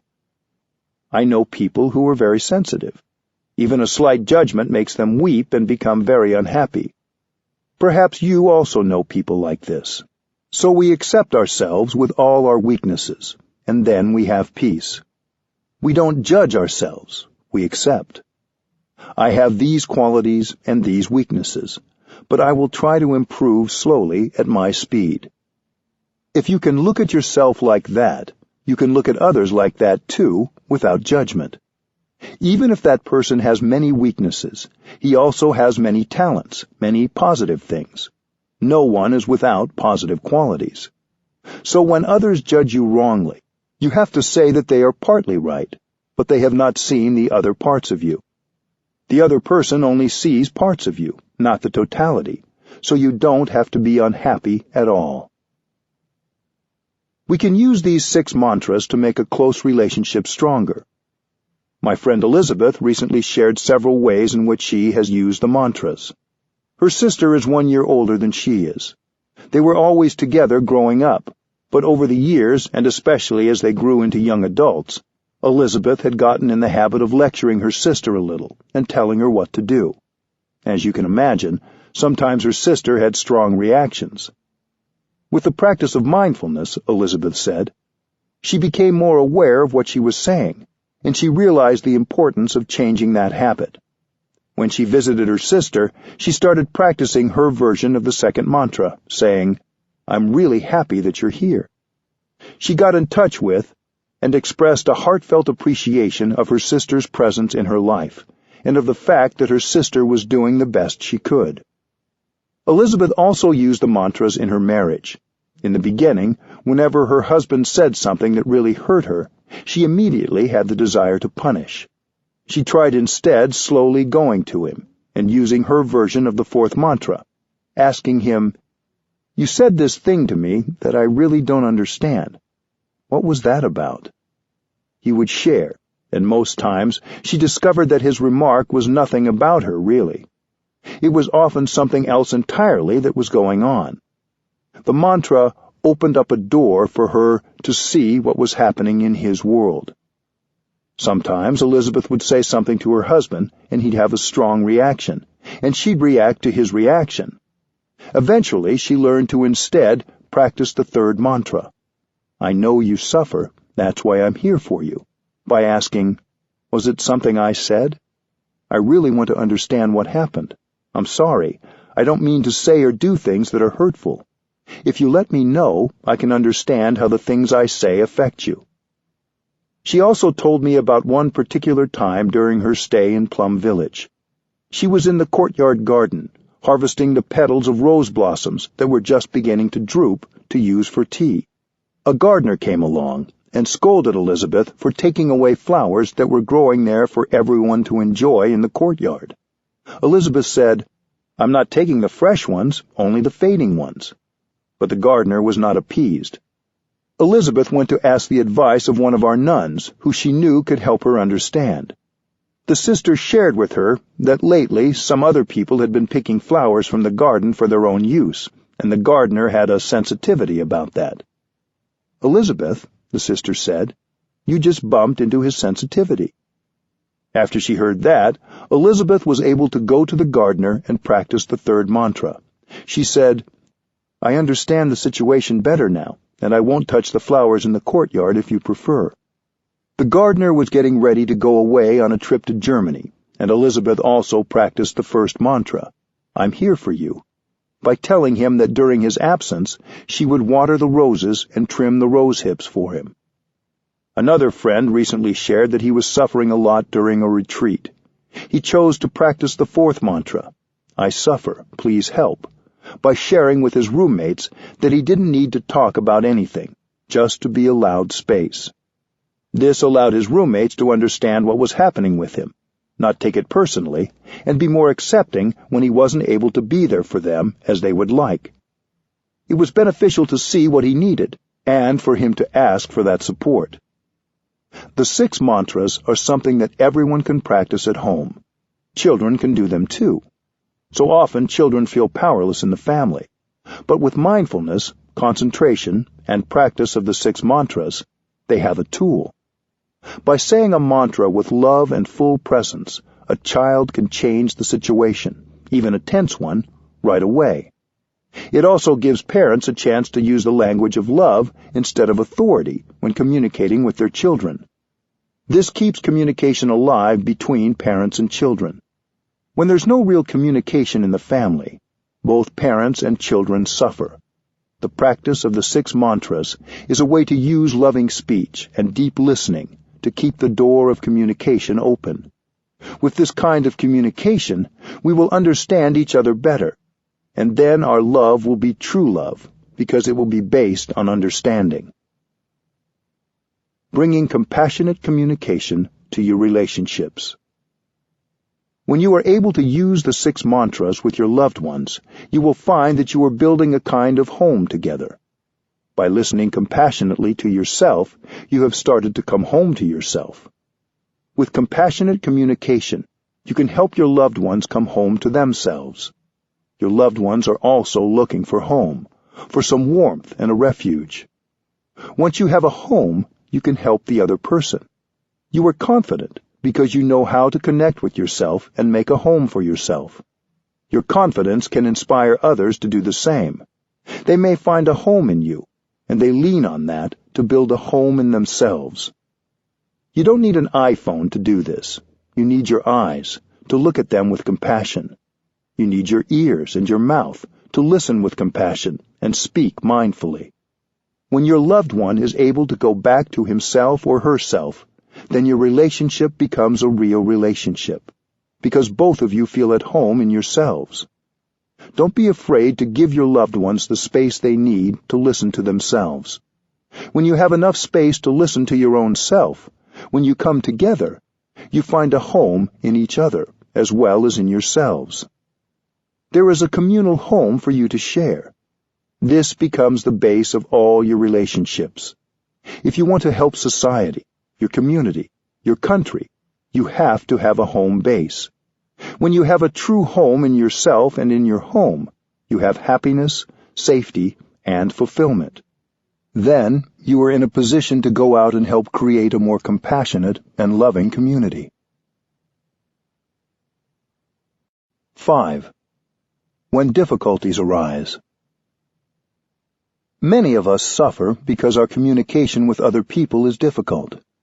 At work, for example, we often feel we have tried everything and there is no way to reach our colleagues. This is often true in families as well. We feel our parents, our siblings, or our children are too stuck in their ways. We think no real communication is possible.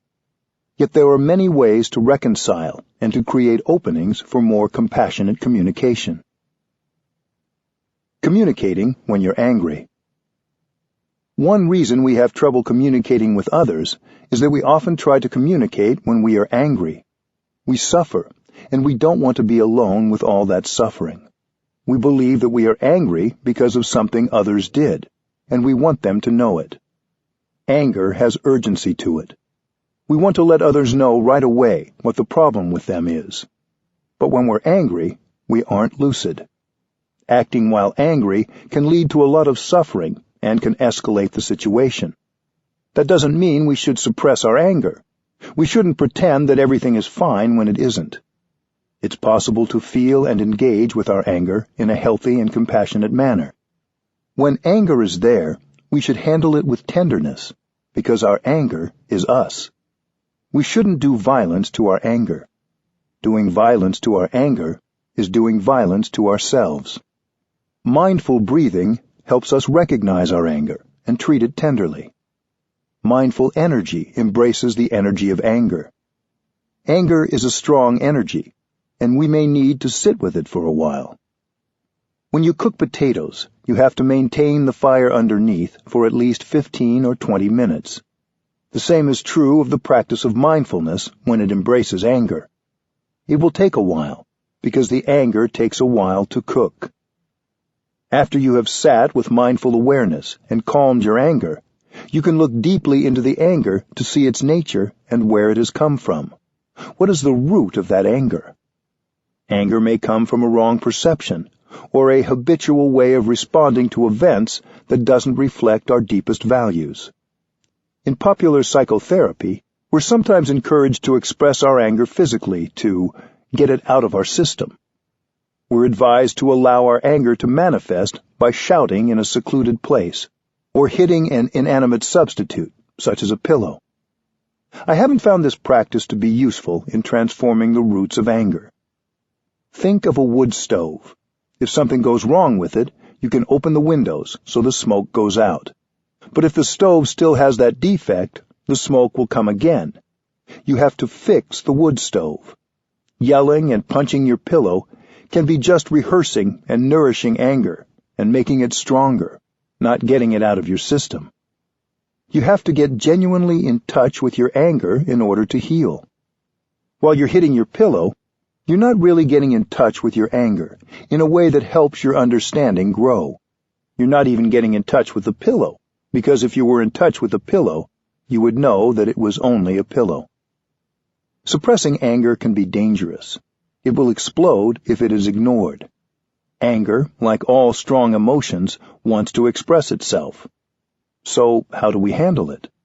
The best thing is to go home to ourselves and take care of our anger. We can remember the first mantra and be there for ourselves and take care of our anger. We return to ourselves and connect body and mind.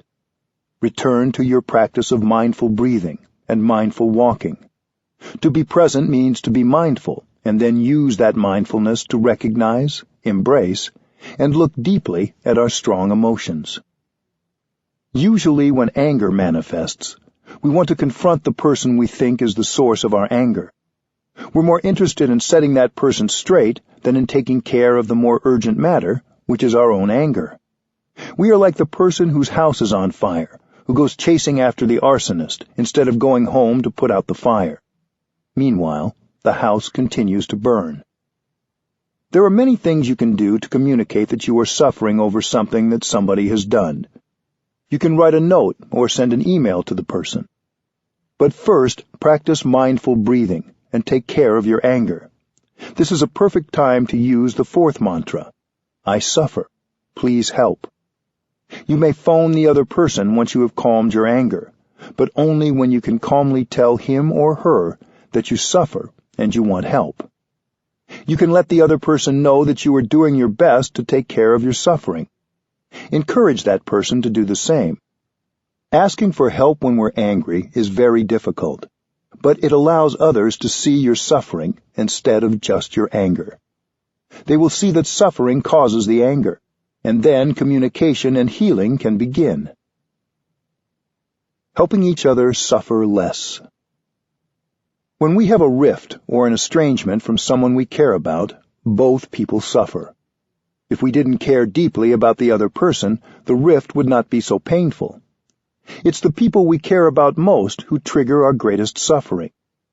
We may spend a long time living with the rift, until we start to think of it as irreparable. But as long as it's there, we'll always be trying to avoid it, to cover it up, because we are afraid to be in touch with the suffering inside. We can pretend that it's not there, but it's really there. A big block inside. The suffering in us demands to be understood. With our daily practice, we can generate enough mindfulness and be strong enough to come home to our suffering without fear. Mindfulness helps us recognize suffering inside. Mindfulness helps us embrace that suffering, which is the first step. When someone has caused you a lot of pain, you may not even want to look at or be in the same room as that person because you will suffer. With awareness, you can understand your own suffering and recognize the suffering in the other person. You may even understand that the reason that person suffers so much is because he or she doesn't know how to handle the suffering. His suffering spills out, and you are its victim. Maybe he doesn't want to make you suffer, but he doesn't know another way. He can't understand and transform his suffering, and so he makes the people around him suffer too, even when that's not his intention. Because he suffers, you suffer. He doesn't need punishment. He needs help. You can help by acknowledging the suffering in him. If there is some difficulty in a relationship, we have to acknowledge the difficulty. It's tempting to say that everything is okay, because the difficulty can feel overwhelming. But without acknowledging the difficulty, we can't generate understanding and compassion, and we feel alienated. We can't help. You have to use the tools of compassionate communication, the deep listening and loving speech you have practiced, to restore communication with the person with whom you are having difficulty. After a short period of mindful breathing, you can say something like this to the other person. I know you're not feeling too happy right now. In the past, I didn't understand your feelings, so I reacted in a way that made you suffer more, and that also made me suffer more. I wasn't able to help you resolve the problem. I reacted angrily in a way that has made the situation worse. It's not my intention to make you suffer. It's because I didn't understand your suffering, and I didn't understand my suffering either. I understand my difficult feelings better now, and I also want to understand yours. Understanding your suffering, your difficulties, will help me behave in a way that can be more helpful. If you care for me, help me understand. Tell me what is in your heart. I want to listen. I want to understand. Tell me about your suffering and your difficulties. If you don't help me understand, who will? These are just examples. It's important that the words be your own. When you have the energy of compassion in your heart, your own loving words will come to you naturally. When you are very angry at someone, in the heat of the moment, it's almost impossible to use loving speech. But when understanding arises, compassion comes, and it's possible to use loving speech without having to make a lot of effort. A doctor who doesn't see the nature of the sickness can't help the patient. A psychotherapist who doesn't understand a patient's suffering can't help. Loving speech can open the door. Then you have an opportunity to practice deep listening and help the other person heal the relationship. It takes courage to acknowledge difficulty in a relationship. You may think you will just wait until the other person comes to you first, but that may not happen. You can't wait. You can begin the practice of restoring communication by modeling open-hearted, compassionate dialogue. You may have to give yourself a deadline for making a start. When people come to week-long retreats, I give them a deadline of the last night of the retreat to begin the reconciliation. If you are truly practicing, others will see that and be affected by it. They may not be able to show it right away, but what you say and the look in your eyes will have an effect. The suffering of pride. There is a well-known Vietnamese story about a young couple who suffered deeply because they didn't practice mindful communication. The husband went off to war and left his pregnant wife behind. 3 years later, when he was released from the army, his wife came to the village gate to welcome him and brought along their little boy. It was the first time the man had seen his child. When the young couple saw each other, they could not hold back the tears of joy. They were so grateful that the young man had survived and come home. In Vietnam, there is a tradition that when an important event happens, we make an offering on an altar to our ancestors and tell them what has happened. The wife went to the market to buy flowers, fruits, and other provisions for an offering to place on the altar. The father stayed home with his son and tried to persuade the little boy to call him Daddy, but the little boy refused. He said, "Mister, you aren't my daddy. My daddy is someone else. He used to come and visit us every night. Whenever he came, my mother would talk to him for a long time and cry and cry. When my mother sat down, the man sat down. When my mother lay down, he also lay down. So you are not my daddy." Hearing these words, the young father's heart turned to stone. He could no longer smile. He became silent. When his wife returned, the man didn't look at her or speak to her anymore. He was very cold. He acted as though he despised her. She didn't understand why, and she began to suffer deeply. After the ceremony to make an offering to the ancestors, it's traditional to take the offering from the altar, and then the family sits down and enjoys the meal with happiness. But after the young man performed the offering, he didn't do this. He left the house, went into the village, and spent his time in the liquor shop. He got drunk because he couldn't bear his suffering. When the husband came home, it was very late. He did the same thing every evening. He never talked to his wife, never looked at her, never ate at home. The young lady suffered so much she couldn't bear it, and on the 4th day she jumped into the river and drowned. The evening after the funeral, the young father and the boy came home. As the man lit the kerosene lamp, the little boy shouted, "Here is my father," and pointed to the shadow of his father on the wall. It turned out that the young woman used to talk to her shadow every night, because she missed her husband so much. One day the little boy had said, "Everyone in the village has a father. Why don't I have one?" In order to calm the little boy, she pointed to her shadow that night on the wall and said, "There is your father." Of course, when she sat down, the shadow would sit down too. Now, the young father understood. His wrong perception had been wiped away, but it was too late. What if the man had gone to his wife and asked, "Darling, I've suffered so much the last few days. I don't think I can survive. Please help me. Please tell me who is that person who used to come every night and with whom you talked and cried?" That's a very simple thing to do. If he had done this, the young lady would have had a chance to explain, the tragedy would have been averted, and they would have recovered their happiness very easily. That's the direct way. But he didn't do this because he was so deeply hurt, and his pride prevented him from going to her and asking for help. The woman suffered so much as well. She was deeply hurt because of her husband's behavior, but she didn't ask for his help. Perhaps if she'd asked her husband what was wrong, he would have told her what their son had said. But she didn't because she, too, was caught in pride. A wrong perception can be the cause of a lot of suffering. All of us are subject to misunderstanding. We live with wrong perceptions every day.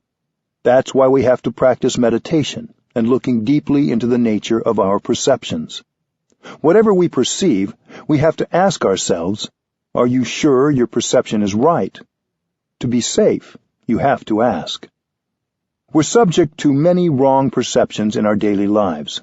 It may be that the other person didn't have the intention to hurt you. Mindful communication has the potential to ease so much of the unnecessary suffering in our relationships. Reconciling in families.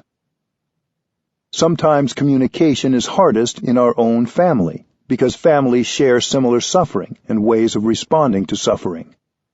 The suffering of your parents was passed down from their parents and from their ancestors before them. Unless you begin to understand your own suffering and reconcile with yourself, that suffering will continue to be passed down to future generations. So we do the work of mindful communication, not just for ourselves and our loved ones, but for our descendants. Understanding your own suffering, you understand the suffering of your father. Your father may have had a lot of suffering and been unable to handle and transform the suffering. So he transmitted the whole mass of suffering to you. You inherit this suffering from him and from your mother. When we're still young, many of us are determined to be different from our parents. We say we'll never make our children suffer. But when we grow up, we tend to behave just like our parents, and we make others suffer, because like our ancestors, we don't know how to handle the energies we've inherited. We've received many positive and negative seeds from our parents and ancestors. They transmitted their habit to us because they didn't know how to transform it. Sometimes these habit energies have passed through many generations.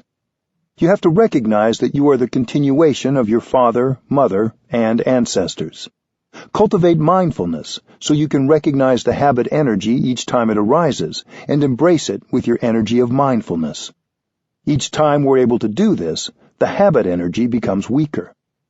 If we keep practicing like this, we can stop the cycle of transmission, and this will benefit not only us, but our children and descendants.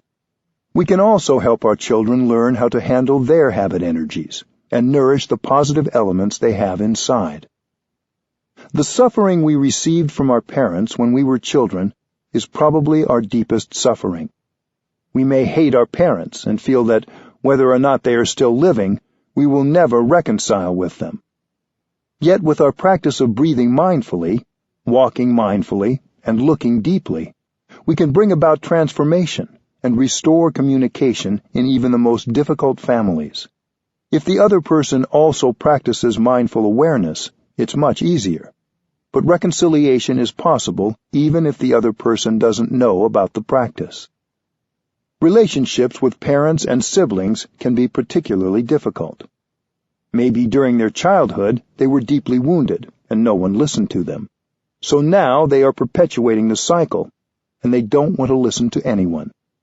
Don't ask your family members to change. When you're able to generate the energy of understanding and compassion in yourself, reconciliation can begin to take place. I still remember a retreat in Oldenburg in northern Germany. On the 4th day of the retreat, I gave everyone a midnight deadline to begin reconciling with someone with whom they had great difficulty. The next morning, one man came to me and said, "I've been so angry at my father for years, I couldn't even look at him. Even when I dialed his number last night, I doubted I could talk to him calmly." But when he heard his father's voice, he found that he naturally used loving speech. He didn't even have to try. He said, "I know you suffered a lot during the past many years. I'm sorry. I know I've acted and spoken in a way that didn't help. I didn't mean to make you suffer." His father heard the compassion in his son's voice and told him for the first time about his suffering and his difficulties. Reconciliation is possible. You can find resolution to the difficulties in your relationships. You don't need to allow the difficulties to continue causing you to suffer month after month and year after year. The first step is to practice mindful breathing, mindful walking, and mindfulness in daily activities, so that you will be strong enough to go back to yourself, listen to your own suffering, and look deeply into its nature. Unless we listen to our own suffering, there's no chance of improving the quality of our relationships. With mindfulness, compassion arises, and you can accept yourself. Then you have the chance to look at others. Even if they are not there with you, you can still sit and close your eyes and see the suffering they have gone through for so many years. When you can see the suffering in others, you begin to understand that there is a reason they suffer like that. You are no longer angry with them anymore. Compassion will arise in your heart. When compassion is born, you are more peaceful, your mind is clearer, and you will be motivated to say or do something to help others transform their difficulties. Reconciliation becomes possible. Communicating in long-term relationships. In long-term relationships, as in families, we often get in the habit of thinking that change isn't possible. We think the other person should change, and they won't, so we give up hope. But we need to stop judging and return to our own internal communication. If we wait for our parents or our partner to change, it may take a very long time. If we wait for the other person to change, we may spend all our time waiting.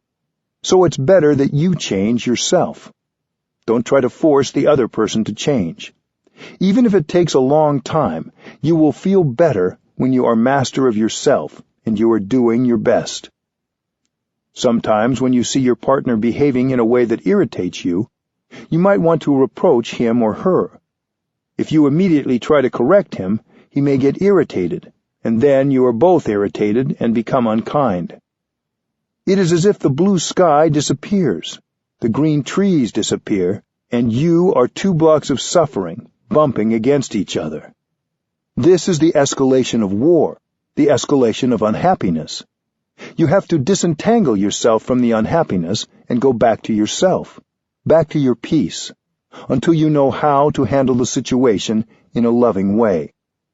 Then, only when you are calm, invite your partner to speak. You can say you are sorry for not having understood her or him better. Only say this when you are ready. Then listen to her deeply, even if what she says is complaining, reproachful, or not very kind. You may learn that your partner has many wrong perceptions about you and about the situation, but try not to interrupt. Let her speak. Let her have a chance to speak out everything in her, so she can feel listened to and understood.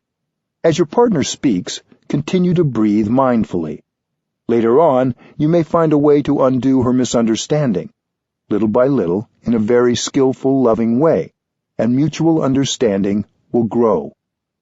If your partner says something untrue, don't interrupt and say, No, you're wrong. That wasn't my intention." Let him speak out. He's just trying to speak out the difficulty. If you interrupt, He will lose his inspiration to speak, and he will not tell you everything. You have plenty of time.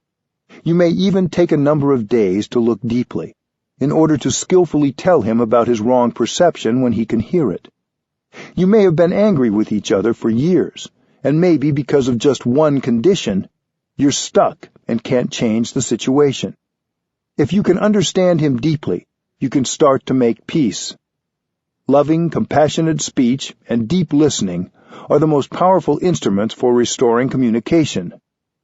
If you can understand and transform yourself, then you can help your partner. Sometimes we're in a negative environment that doesn't leave us space to communicate with ourselves. Sometimes we may need to change the environment around us. But sometimes, in a relationship, we think separation or divorce is the only alternative. This is true if we're in a violent or abusive situation. It's important that we be in a place where we feel safe and not vulnerable. But if you are in a relationship where both people love each other and don't intentionally hurt each other, but you just don't know how to communicate, there may be other solutions. Many people think divorce is the solution, but after the papers are signed, they continue to suffer. If there are children or financial or other matters connecting you, you will still have to deal with each other for years to come. You can't take the other person out of you. You can't take yourself out of others. The suffering still continues. So the question is not whether you will stay together or not. The question is whether you can focus on trying to understand each other, using compassionate speech and deep listening, no matter what the outcome.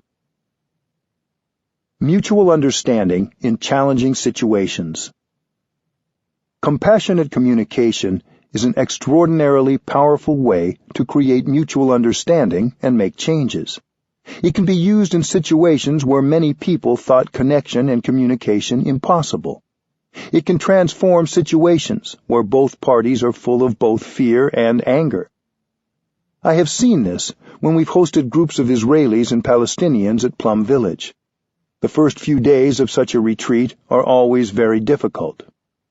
In the beginning, both groups are full of fear, anger, and mistrust. The two groups don't even like to look at each other. They're so suspicious.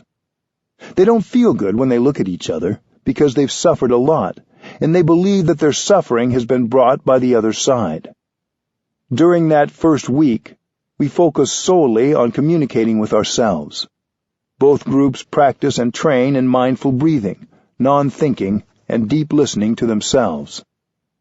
Only in the second week do we encourage the compassionate communication practices of deep listening and loving speech with each other. The group that speaks is encouraged to use the kind of language that could help the others understand the suffering they've gone through, the children as well as the adults. Each group tells the other about every kind of suffering they have undergone, but they do it using loving speech and trying not to blame or accuse. We advise the listening group to listen with compassion. If they hear a misperception, they shouldn't try to interrupt and correct, because they will have plenty of time later on to help the other group correct their perceptions.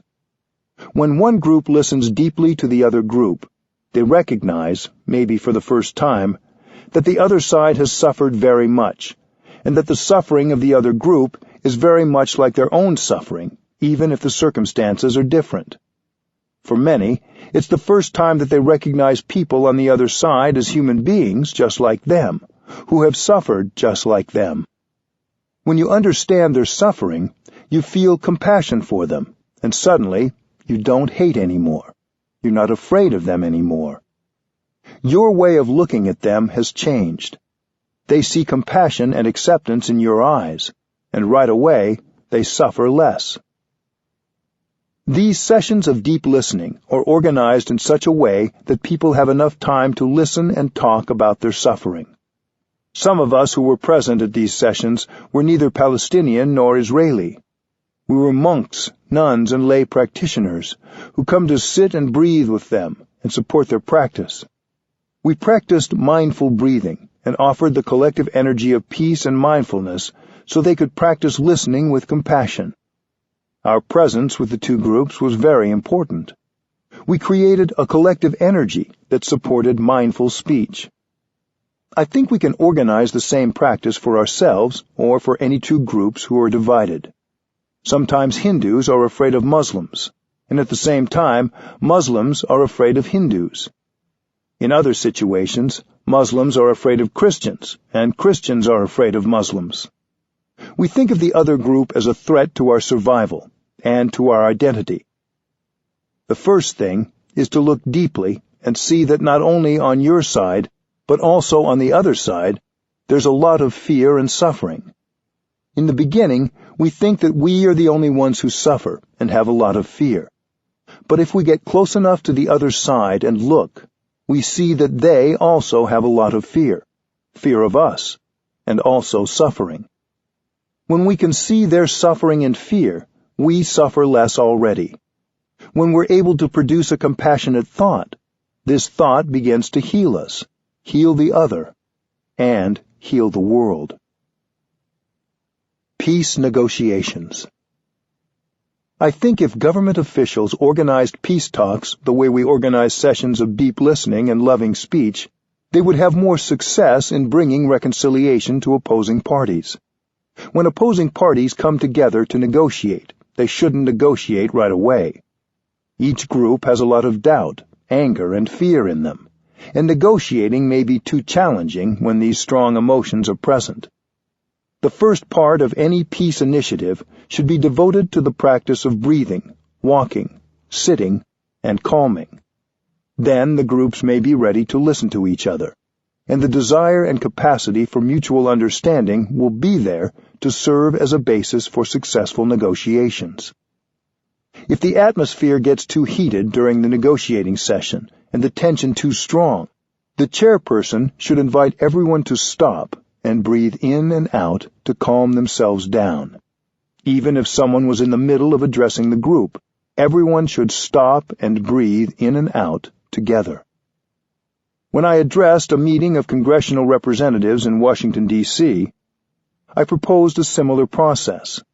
After that, we offered a retreat for a number of representatives, and we practiced mindfulness together.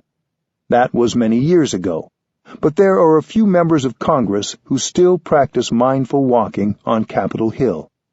It's possible and very beneficial to bring compassionate communication and mindful speech into political life. There's no place where deep listening and loving speech are inappropriate. We don't need to save these techniques for a special occasion. They can be adapted to any situation and be helpful. If we use them now, we will have the understanding and insight we need to repair the damage we caused in the past and bring healing to ourselves, our families, our relationships, and our communities. 6. Mindful communication at work. Successful work communication begins before we even arrive at our jobs. Often on our way to work, as we drive, bike, take the train, ride the bus, or walk, we focus on what we'll have to do when we arrive, or on something we didn't finish before we left home. If we instead bring our awareness to mindful breathing and to what's happening right in that moment, we can enjoy every moment of transporting ourselves to work. Before I begin my work of teaching for the day, I don't spend time worrying about what questions people might ask or how I might answer them.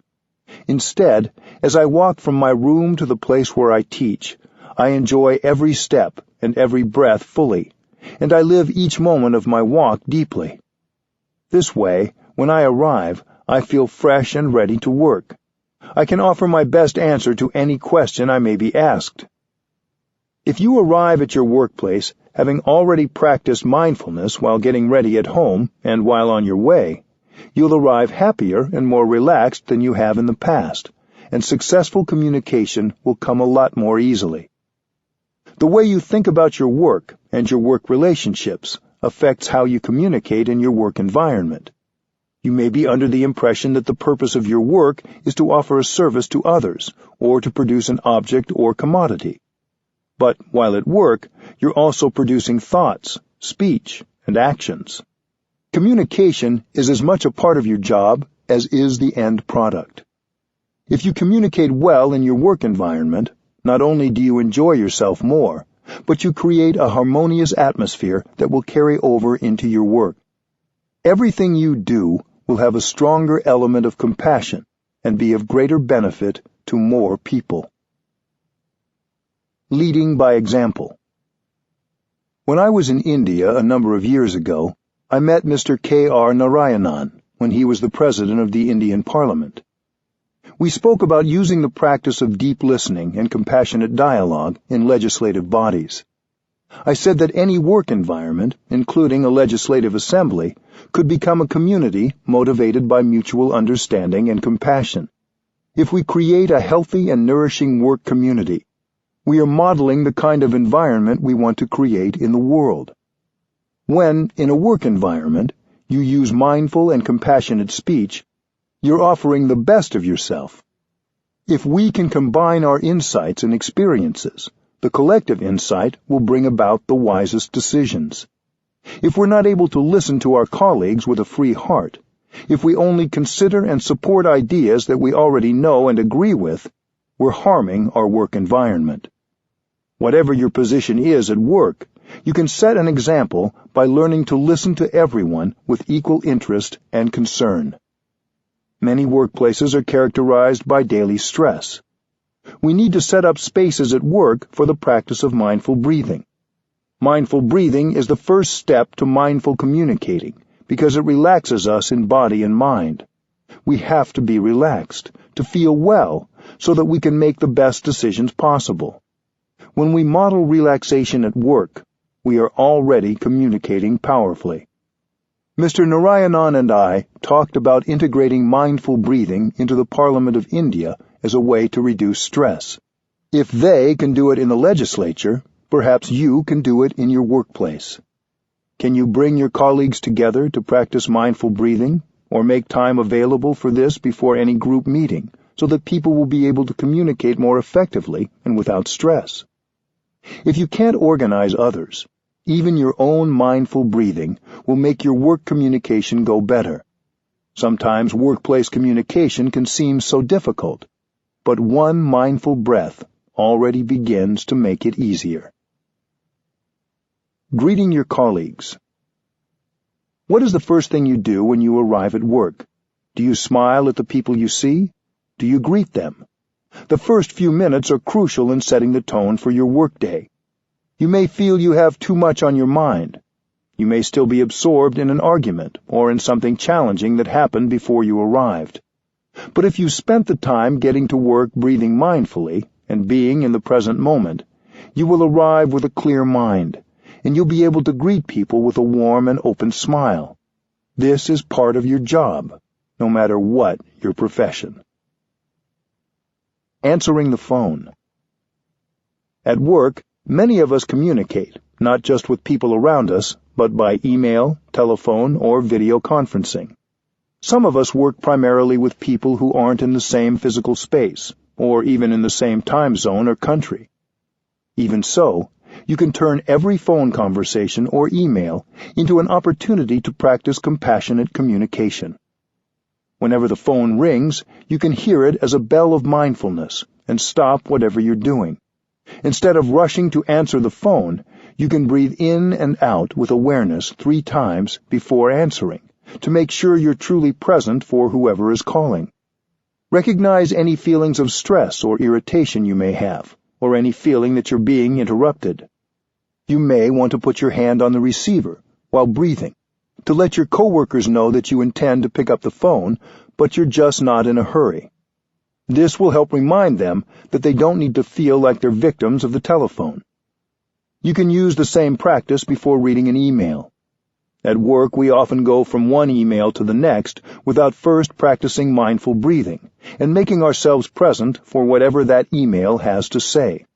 If we wait until we've taken a few mindful breaths and return to being fully present before we open an email, it's true that it will take us a little longer to go through our mail, and our work might be a bit slower. But our communication with each email will be more effective, clearer, and more understanding. If you want to send an email or call someone on the phone, you might want to recite the following verse to yourself before you begin to type or to dial the number. Words can travel thousands of miles. May my words create mutual understanding and love. May they be as beautiful as gems, as lovely as flowers. Mindful meetings. Our communication in meetings can often be a source of tension, stress, and conflict at work. Sometimes we rush from one meeting to another, so we arrive already anxious or distracted. It will help to schedule a few minutes at the beginning of any meeting to sit quietly together. If people in your workplace are open to having a bell sound before the meeting begins, that sound can help everyone come back to their breathing and find some calm. If people don't want to start the meeting by sitting together quietly for a few moments, you can still arrive at the meeting a few minutes early so you have time to relax and breathe mindfully. Perhaps other people will see your example and join you the next time. You don't need to say anything or make a point of letting others know you're doing this. Just do it and enjoy the benefit it brings you. It can be helpful in setting the tone of a meeting to open with a spoken agreement that the participants will respect each other's words and be open to the views of others. If we try to impose our views on others, we only create tension and suffering at work. So, in any meeting, practice being open and listening to the experience and insight of others. If you have a wonderful idea and are eager to share it, that's good. But you shouldn't be so eager to share your ideas that you drown out the ideas of others. Invite everybody to express their ideas. Trust that the best ideas will emerge from this process as collective wisdom. During the meeting, practice using loving speech and deep listening. Follow your breathing as you listen. Let one person speak at a time without interruption. Don't get caught up in verbal duels. Speak from your own experience and address the whole group whenever you talk. If you have questions or concerns, place them in the center of the circle for the whole group to contemplate and address. This may be challenging. It is likely a new culture for conducting meetings, one that is different from the way meetings have been run in the past. You don't have to try to change the culture all at once. If everyone agrees to listen mindfully and without interruption, that is wonderful. But even if it's only you who follows these guidelines and makes a commitment to speak and listen with compassion, it will have a positive effect. Creating community at work. If you're modeling compassionate communication at work, soon others may be interested in practicing mindful breathing, sitting, and walking with you. If you're surrounded by people who are practicing mindfulness together, you'll all be supported by the collective energy, and mindful speech and deep listening will come much more easily. The more you practice mindfulness, the more you'll see things you can do to change your work environment in a positive way. When we practice mindful speech and deep listening, our way of communicating becomes a bell of mindfulness for everyone. When you walk mindfully, enjoying every step you take, this encourages others to do the same, even if they don't know that you're practicing mindfulness. When you smile, your smile supports everyone around you and also reminds others to smile. When you practice, your presence has a positive effect on you and those around you. A rock in the river. All of us have difficulties at work sometimes. We all have our own pain, sorrows, and fears. Often at work, we don't give ourselves time or space to recognize and embrace these strong emotions, so our tension comes out in unintentional ways. This can make communication difficult. But none of us needs to embrace pain and sorrow alone. When you throw a rock into a river, no matter how small the rock is, it will sink to the bottom of the river. But if you have a boat, you can carry many tons of rocks and they won't sink. The same is true of our suffering. Our sorrow, fear, worries, and pain are like rocks that can be carried by the boat of mindfulness. If we give ourselves the time and space to embrace and recognize the suffering, we won't sink into the ocean of anger, worries, or sorrow. We become lighter. We can practice mindfulness alone, but we can find more ease and joy if we can bring mindful communication into our work environments and have the support of others who are practicing mindfulness with us. Don't expect to change your work environment overnight, but if you make a diligent effort to practice compassionate communication, both with yourself and with your colleagues, you're taking steps in the right direction, and that is good enough. 7. Creating community in the world. As powerful as compassionate communication can be when we use it in our individual relationships, its power is magnified when we bring it to our communities. Both communication and community have the same Latin root, communicare, meaning to impart, share, or make common.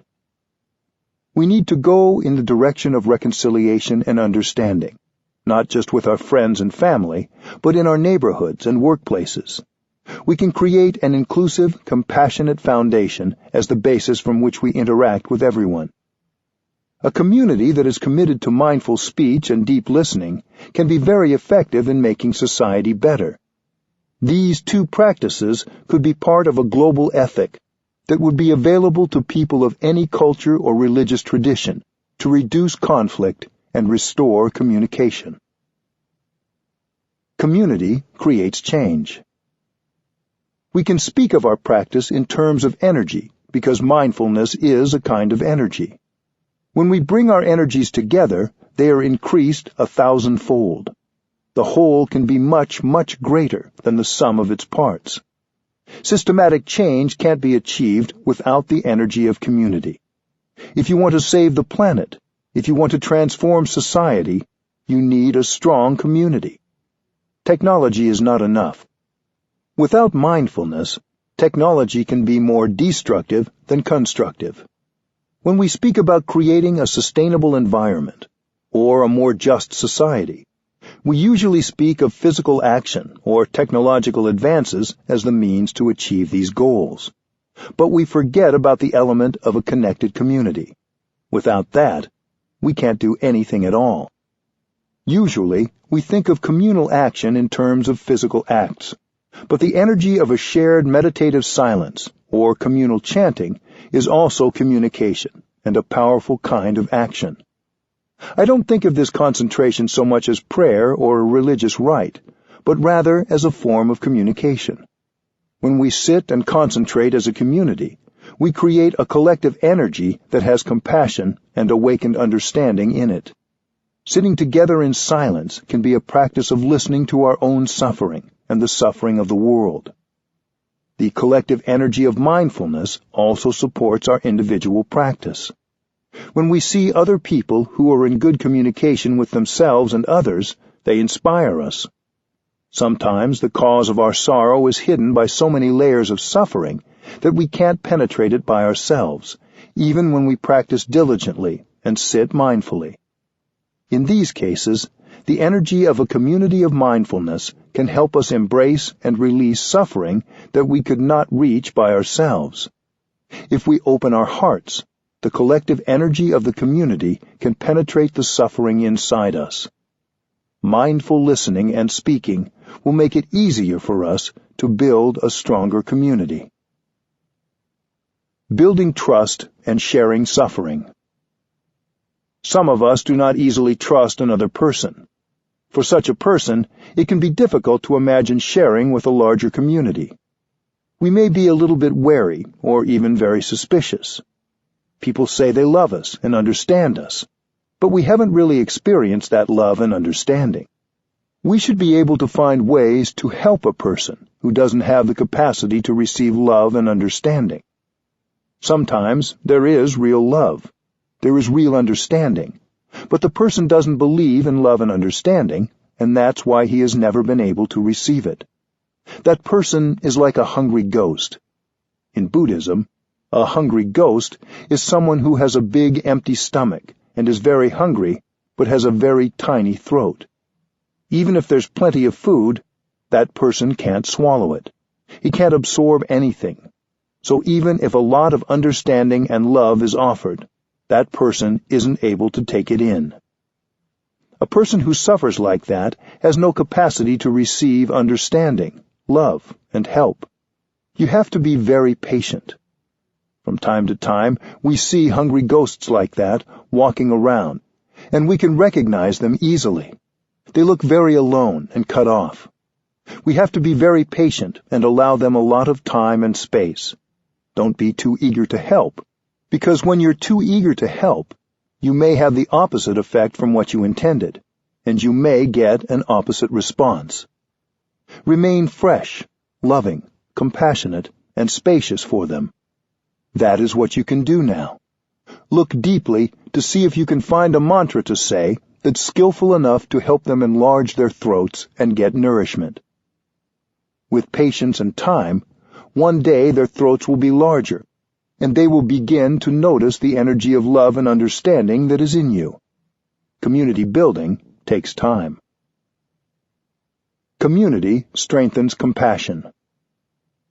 Scientists have studied the behavior of social animals such as birds and fish and have found that in every community there is an element of altruism. Some members of the community are ready to die and sacrifice their lives for the sake of the community. There is a kind of fish called a stickleback. They swim in bands, thousands of them. Whenever they notice the shadow of a predator, a large fish that might threaten the band of fish, a few dozen will detach themselves and go explore. They know there's a risk, but they want to go in that direction to see if the threat is real. If they find there's no risk, they go back and rejoin the band of fish. If there is a real danger, a few of them will stay to be swallowed by the big fish, while the rest go back and tell the band of fish to go in another direction. Ants also behave like that, as do bees and some kinds of birds. We humans also hear news reports of heroes sacrificing themselves in this way. The behavior on the part of some members of your community nourishes your own generosity and altruism. Scientists in this fish study found that if a school stays together, the generosity will grow. The descendants will profit and become more and more generous. But if they are dispersed, the generosity dies down very quickly. According to scientists who have conducted studies, when you're exposed to such behavior from some members of your community, the seed of altruism in you is watered. And when your turn comes, you will do the same. You will know how to sacrifice for the sake of the community. Living in the world, we have strong habits. We walk without any awareness or enjoyment of our steps. We walk as if we have to run. We speak, but don't know what we are saying. We create a lot of suffering while speaking. Communities that commit themselves to mindfulness can help members of the community learn how to speak, breathe, and walk mindfully. The community helps train you, and you train yourself. When we practice in a community, there are more people to support us, but also more opportunities for frustration and anger. Loving speech and deep listening are key to community building. You learn to speak in a way that will not cause suffering in yourself and your community. If your community doesn't practice this, it's not an authentic community.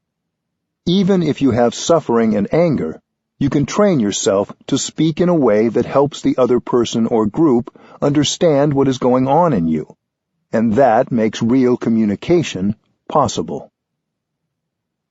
Our world can be a mindful, compassionate community. We need to find better ways to communicate. If we can do this in our relationships, we can do it in our work environments, and even in our political environments. We have to transform our governments into mindful, compassionate places of deep listening and loving speech. We each can do our part to contribute as a citizen, as a member of the human family. In the process of community building, we get the transformation and healing we need to further the transformation and healing of the world. This is a process of training and learning.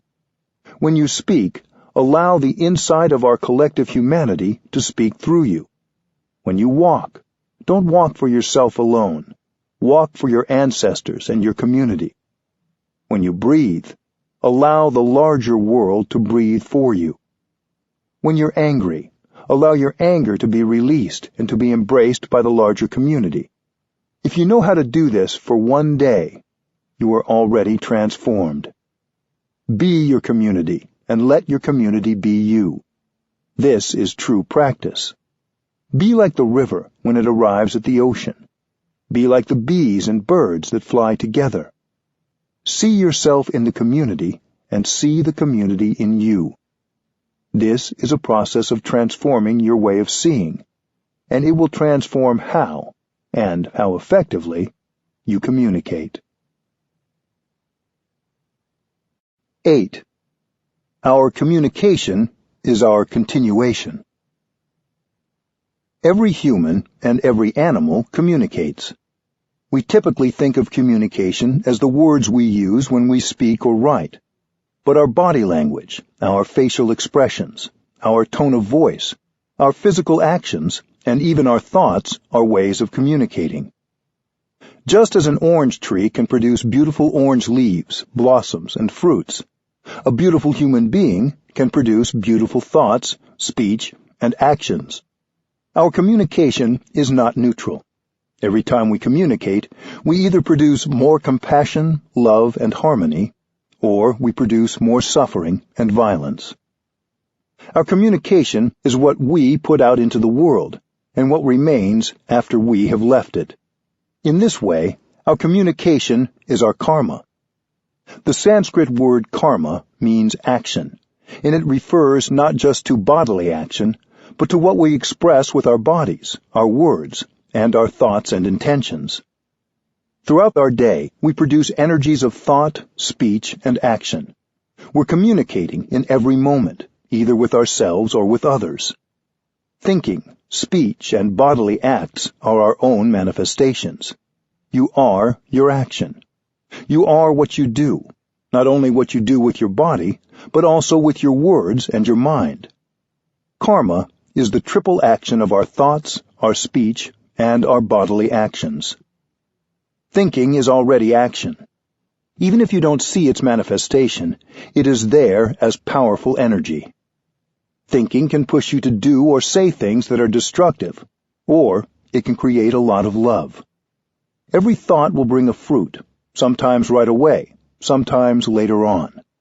When you produce a thought of hate, anger, or despair, that thought is a poison which will affect your body and your mind. A thought of hatred or anger can lead one person to hurt another. If you commit a violent act, it means you've been producing thoughts of hatred, anger, and the desire to punish. So thinking is already acting. You don't need to say or do anything in order to be acting. To produce a thought is to act. When you produce a thought that is full of understanding, forgiveness, and compassion, that thought will immediately have a healing effect on both your physical and mental health and on those around you. If you think a thought that is full of judgment and anger, that thought will immediately poison your body and mind and the people around you. Thinking is the first kind of action, because our thinking is the basis for how we affect the world. Our speaking also has a huge effect. If we're capable of speaking and writing with compassion and understanding, we feel wonderful in our bodies and in our minds. We don't speak with compassion just so that the person or people we're speaking to will feel better. Our compassionate speech has a healing effect on us too. After you have been able to say something kind, forgiving, and compassionate, you feel much better. When you write words full of compassion and forgiveness, you feel freer, even if the person you're writing to hasn't read them yet. Even before you mail the letter or send the email or text, you feel better. The person reading your words will also feel your compassion. In the same way, if you speak with anger and violence, if you speak out of a desire to punish, both you and the people who hear your words experience more suffering. Think of a child hearing her parents fighting. Even if the words are not directed at her, the effect of the angry speech is much the same. Speech, the second form of action, can heal and liberate, or it can cause destruction and pain. The third form of action is bodily action. We communicate with our body language, our clenched fists or open arms, but also with our larger actions, including what we choose to show up for, what we do with our day, and how we treat others.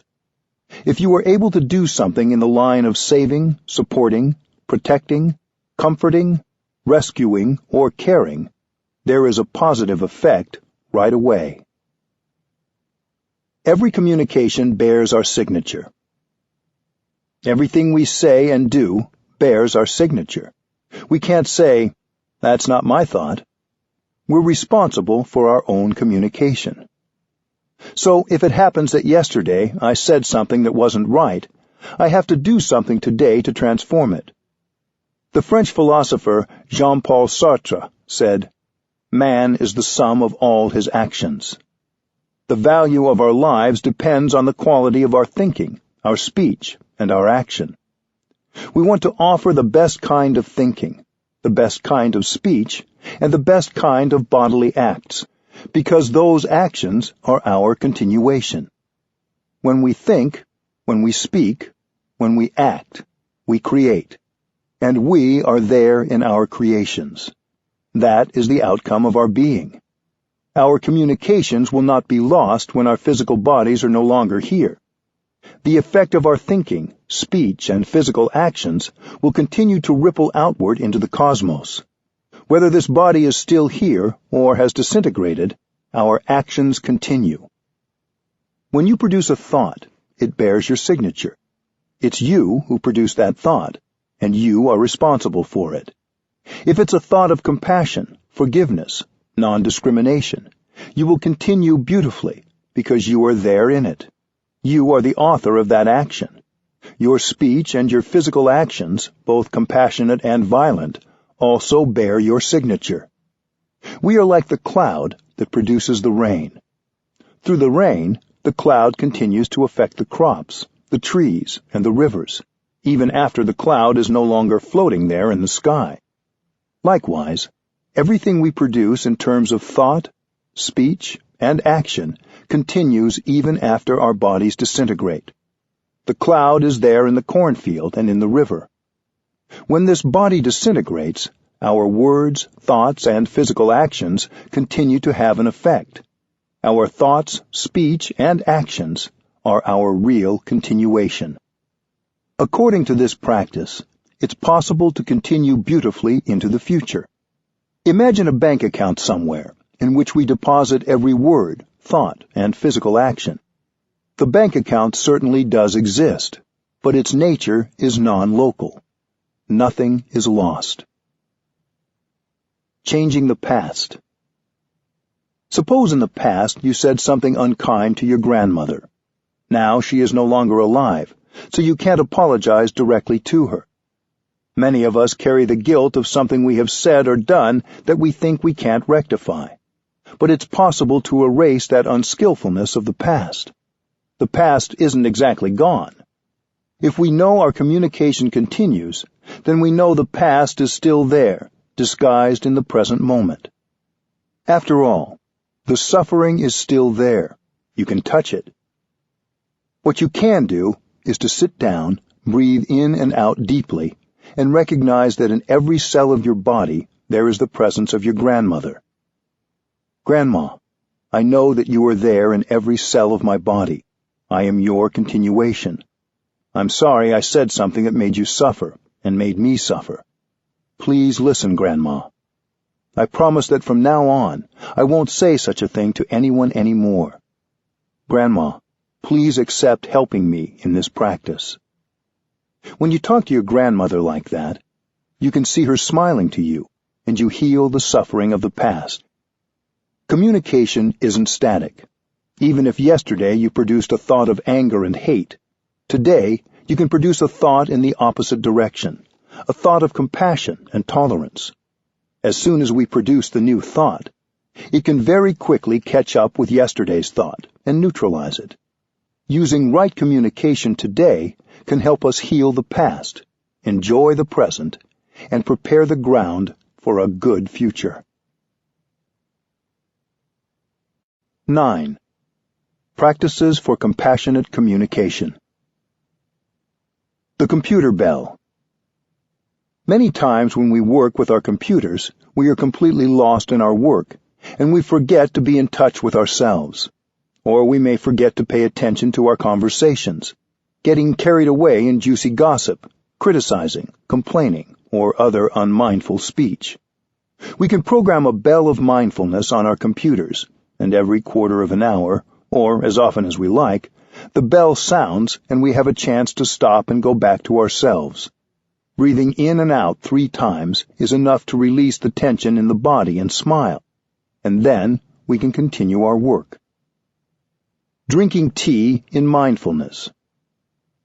Drinking tea is a wonderful way to set aside time to communicate with yourself. When I drink my tea, I just drink my tea. I don't have to think. I can stop all my thinking while I drink my tea. When I stop my thinking, I can focus my attention on the tea. There is only the tea. There is only me. Between me and the tea, there is a connection. I don't need a telephone to talk to the tea. In fact, because I'm not on the telephone, I can get more in touch with the tea. I just breathe in, and I'm aware that my in-breath is there. I'm aware that my body is there, and I'm aware that the tea is there. It's wonderful to make the time to just drink your tea. In Zen Buddhism, we don't normally use commandments as hard and fast rules, but drink your tea is like a Zen commandment to bring you back to your true home. Don't think. Be there, body and mind united. Establish yourself in the here and the now. You are true. You are not a phantom. You are real, and you know what is going on. What is going on is that there is a cup of tea in your hands. Listening to your inner child. Every one of us has a wounded child within, who needs our care and love. But we run away from our inner child because we're afraid of the suffering.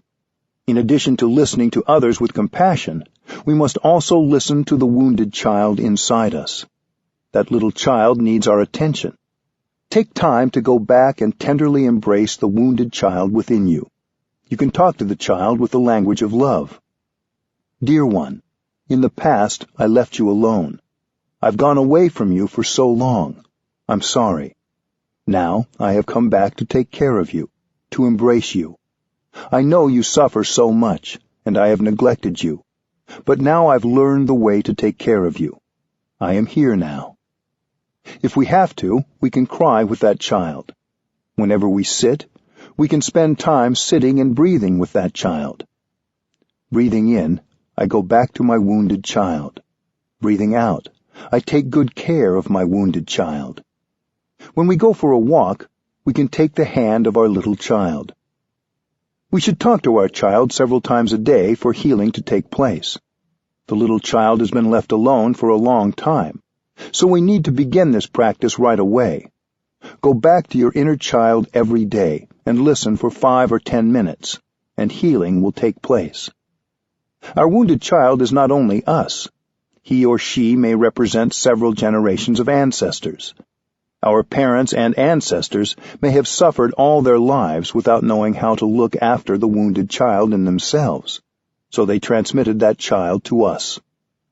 So when we're embracing the wounded child inside us, we're embracing all the wounded children of past generations.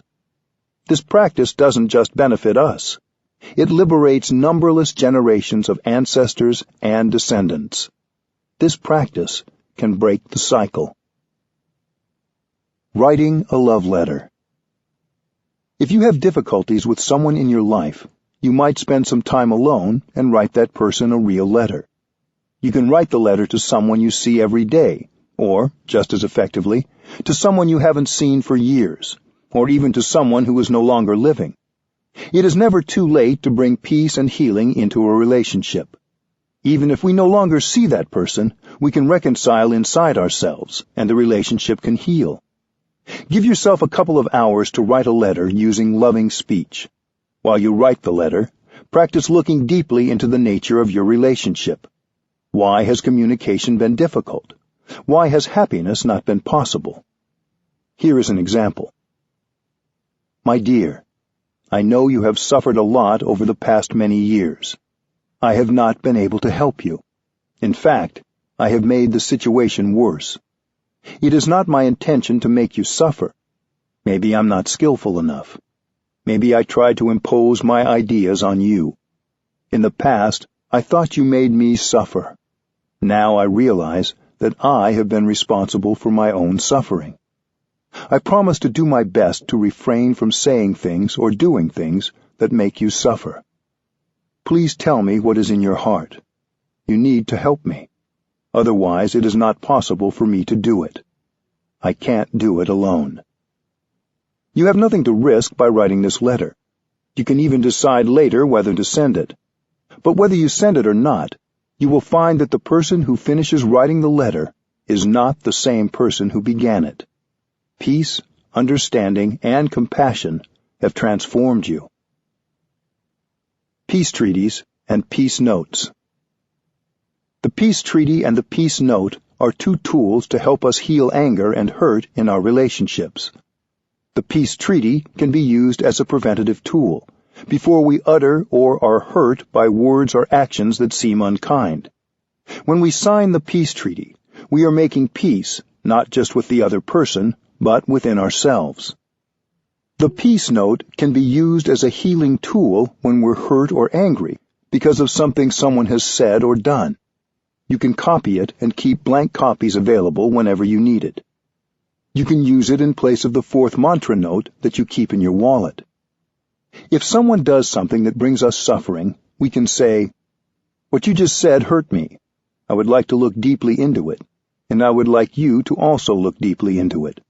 Let's make an appointment for some time later in the week to look at it together."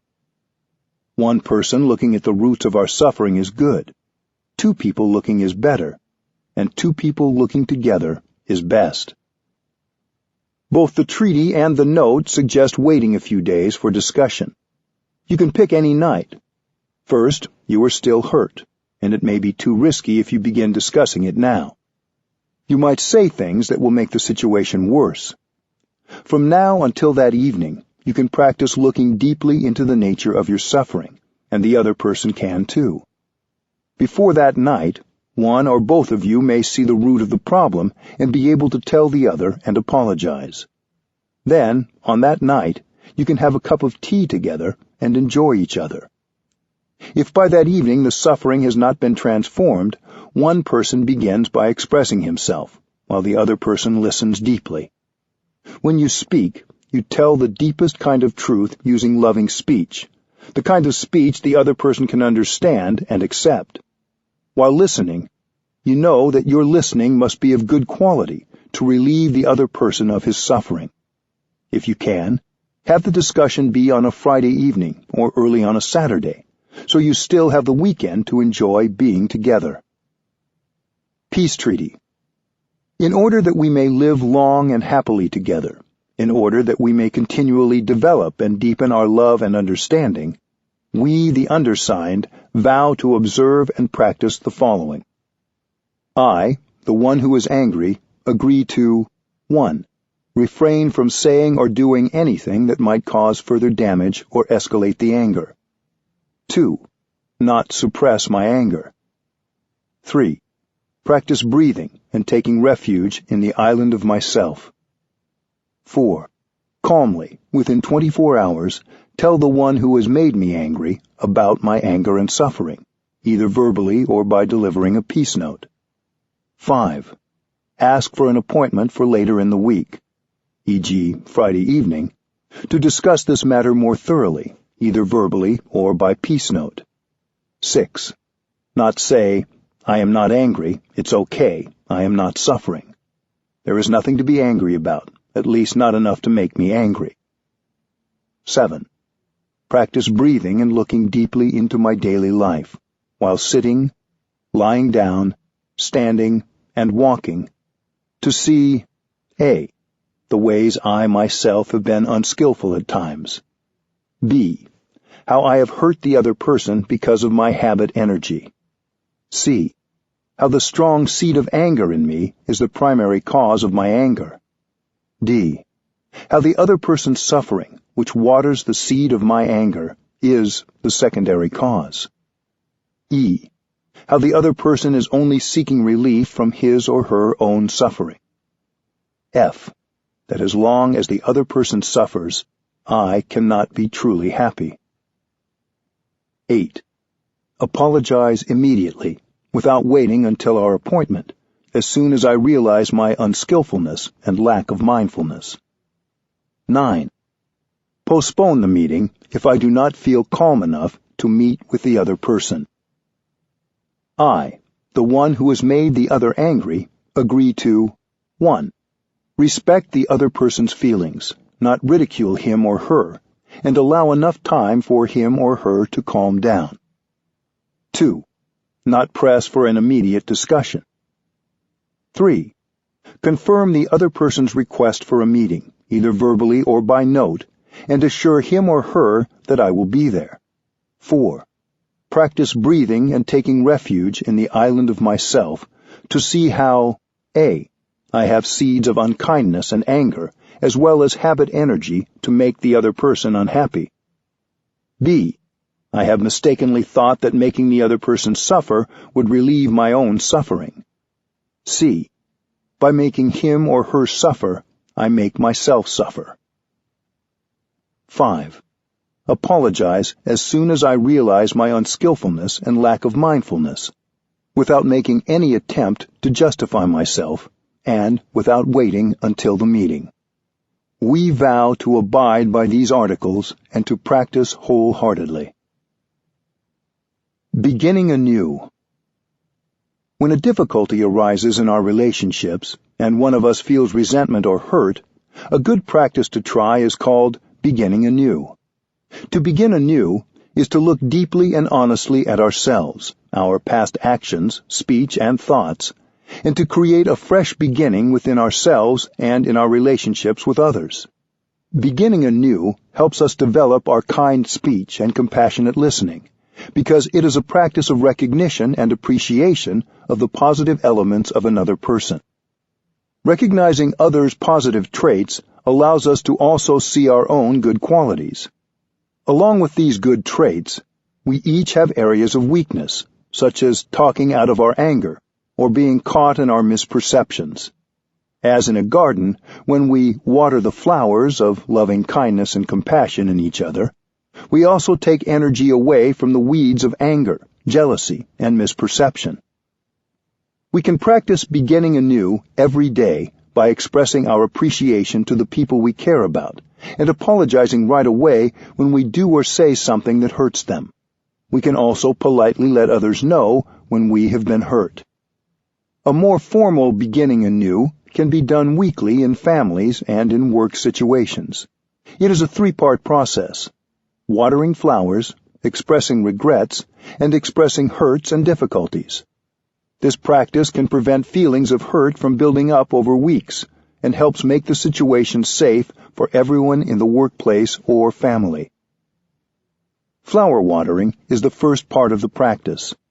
Flower watering is simply showing appreciation for the others in your family or work community. People do it one at a time, waiting until they feel moved to speak. The others let them speak without response. It is helpful for people to hold a vase of flowers or some object in front of them as they speak, so that their words reflect the freshness and beauty of the flowers. During flower watering, the speaker acknowledges the wholesome, wonderful qualities of the others. It is not flattery. We need to speak the truth. Everyone has strong points that can be seen with awareness. No one can interrupt the person holding the flowers. Each person is allowed as much time as needed, and everyone else practices deep listening. When one person has finished speaking, he or she stands up and slowly returns the vase to the center of the room. We should not underestimate the first step of flower watering. When we sincerely recognize the beautiful qualities of other people, it is very difficult to hold on to our feelings of anger and resentment. We naturally soften, and our perspective becomes wider and more inclusive of the whole reality. In the second part of the practice, participants express regret for anything they have done to hurt others. It does not take more than one thoughtless phrase to hurt someone.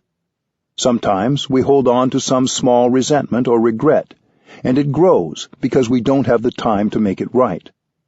The practice of beginning anew is an opportunity for us to recall some regret from earlier in the week and undo it. In the third part of the ceremony, we express ways in which others have hurt us. Loving speech is crucial. We want to heal our families and work communities, not harm them. We speak frankly, but we don't want to be destructive. When we sit among people who are all practicing deep listening, our speech becomes more beautiful and more constructive. We never blame or argue. In this final part of the practice, compassionate listening is crucial. We listen to another's hurts and difficulties with the willingness to relieve the suffering of the other person, not to judge or argue.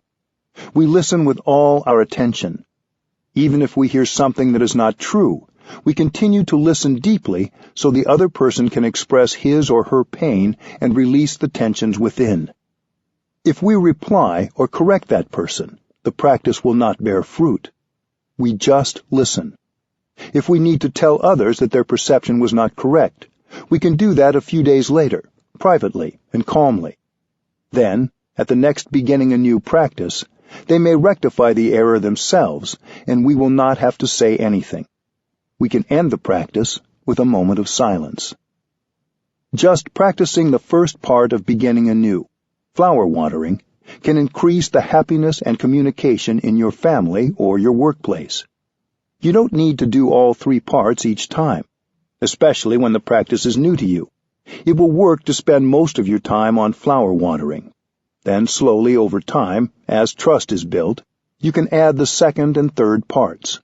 Even then, don't skip over the first. Expressing appreciation is one of the greatest ways of building strong and caring relationships. The cake in the refrigerator. One tool we can use to improve our communication is a cake. It doesn't matter if you're not a baker, don't have a cake, or are gluten-free. This is a very special cake that is not made of flour and sugar like a sponge cake. We can keep eating it, and it is never finished. It is called the cake in the refrigerator. This practice was developed to help children deal with their parents arguing, but it can also be used by adults in a relationship. When the atmosphere becomes heavy and unpleasant, and it seems that one person is losing his or her temper, you can use the practice of the cake to restore harmony. First of all, breathe in and out 3 times to give yourself courage. Then turn to the person or people who seem upset and let them know you just remembered something. When they ask you what, you can say, "I remember that we have a cake in the refrigerator." Saying, "There is a cake in the refrigerator," really means, "Please, let's not make each other suffer anymore." Hearing these words, the person will understand. Hopefully he or she will look at you and say, "That's right, I'll go and get the cake." This is a non-judgmental way out of a dangerous situation. The person who is upset now has an opportunity to withdraw from the fight without causing more tension. The person goes into the kitchen, opens the refrigerator to take out the cake, and boils water to make the tea, all the while following their breathing. If there is no real cake in the refrigerator, something else can be substituted, a piece of fruit or toast, or whatever you find. Preparing the snack and tea, that person may even remember to smile as a way to feel lighter in body and spirit. While sitting alone in the living room, the other person can begin to practice breathing in mindfulness. Gradually, hot tempers will calm down. After the tea and cake have been placed on the table, perhaps all will join the tea party in an atmosphere that is light and full of understanding. If one person is hesitant to take part, you can coax him or her by saying, "Please come and have some tea and cake with me." Hugging meditation.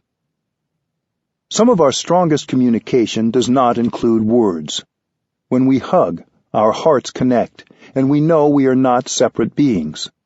Hugging with mindfulness and concentration can bring reconciliation, healing, understanding, and much happiness. You may practice hugging meditation with a friend, your daughter, your father, your partner, or even with a tree. To practice, First bow and recognize the presence of the other. Close your eyes, take a deep breath, and visualize yourself and your beloved 300 years from now. Then you can enjoy 3 deep conscious breaths to bring yourself fully there. You can say to yourself, breathing in, I know that life is precious in this moment. Breathing out, I cherish this moment of life. Smile at the person in front of you, expressing your desire to hold her in your arms. This is a practice and a ritual. When you bring your body and mind together to produce your total presence, to become full of life, it is a ritual. When I drink a glass of water, I invest 100% of myself in drinking it. You should train yourself to live every moment of your daily life like that. Hugging is a deep practice. You need to be totally present to do it correctly. Then, open your arms and begin hugging. Hold each other for 3 in and out breaths. With the first breath, you are aware that you are present in this very moment, and you are happy. With the second breath, you are aware that the other is present in this moment, and she is also happy. With the third breath, you are aware that you are here together, right now on this earth, and you feel deep gratitude and happiness for your togetherness. You then may release the other person and bow to each other to show your thanks. You can also practice it in the following way.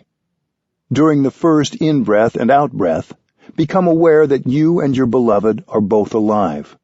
For the second in-breath and out-breath, think of where you will both be 300 years from now. And for the third in-breath and out-breath, go back to the insight that you are both alive. When you hug in such a way, the other person becomes real and alive. You do not need to wait until one of you is ready to depart for a trip. You may hug right now and receive the warmth and stability of your friend in the present moment. Hugging can be a deep practice of reconciliation. During the silent hugging, the message will come out clearly. Darling, you are precious to me. I am sorry I have not been mindful and considerate. I have made mistakes. Allow me to begin anew. Life becomes real at that moment. Architects need to build airports and railway stations so that there is enough room to practice hugging. Your hugging will be deeper, and so will your happiness.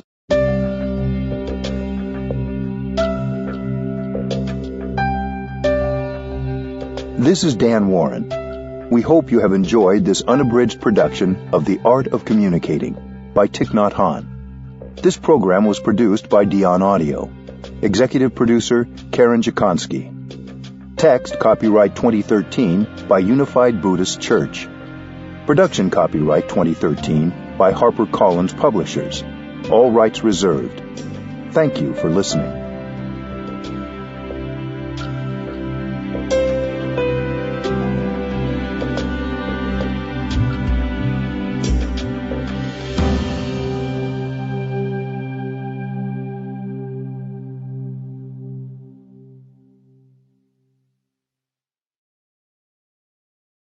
Audible hopes you have enjoyed this program.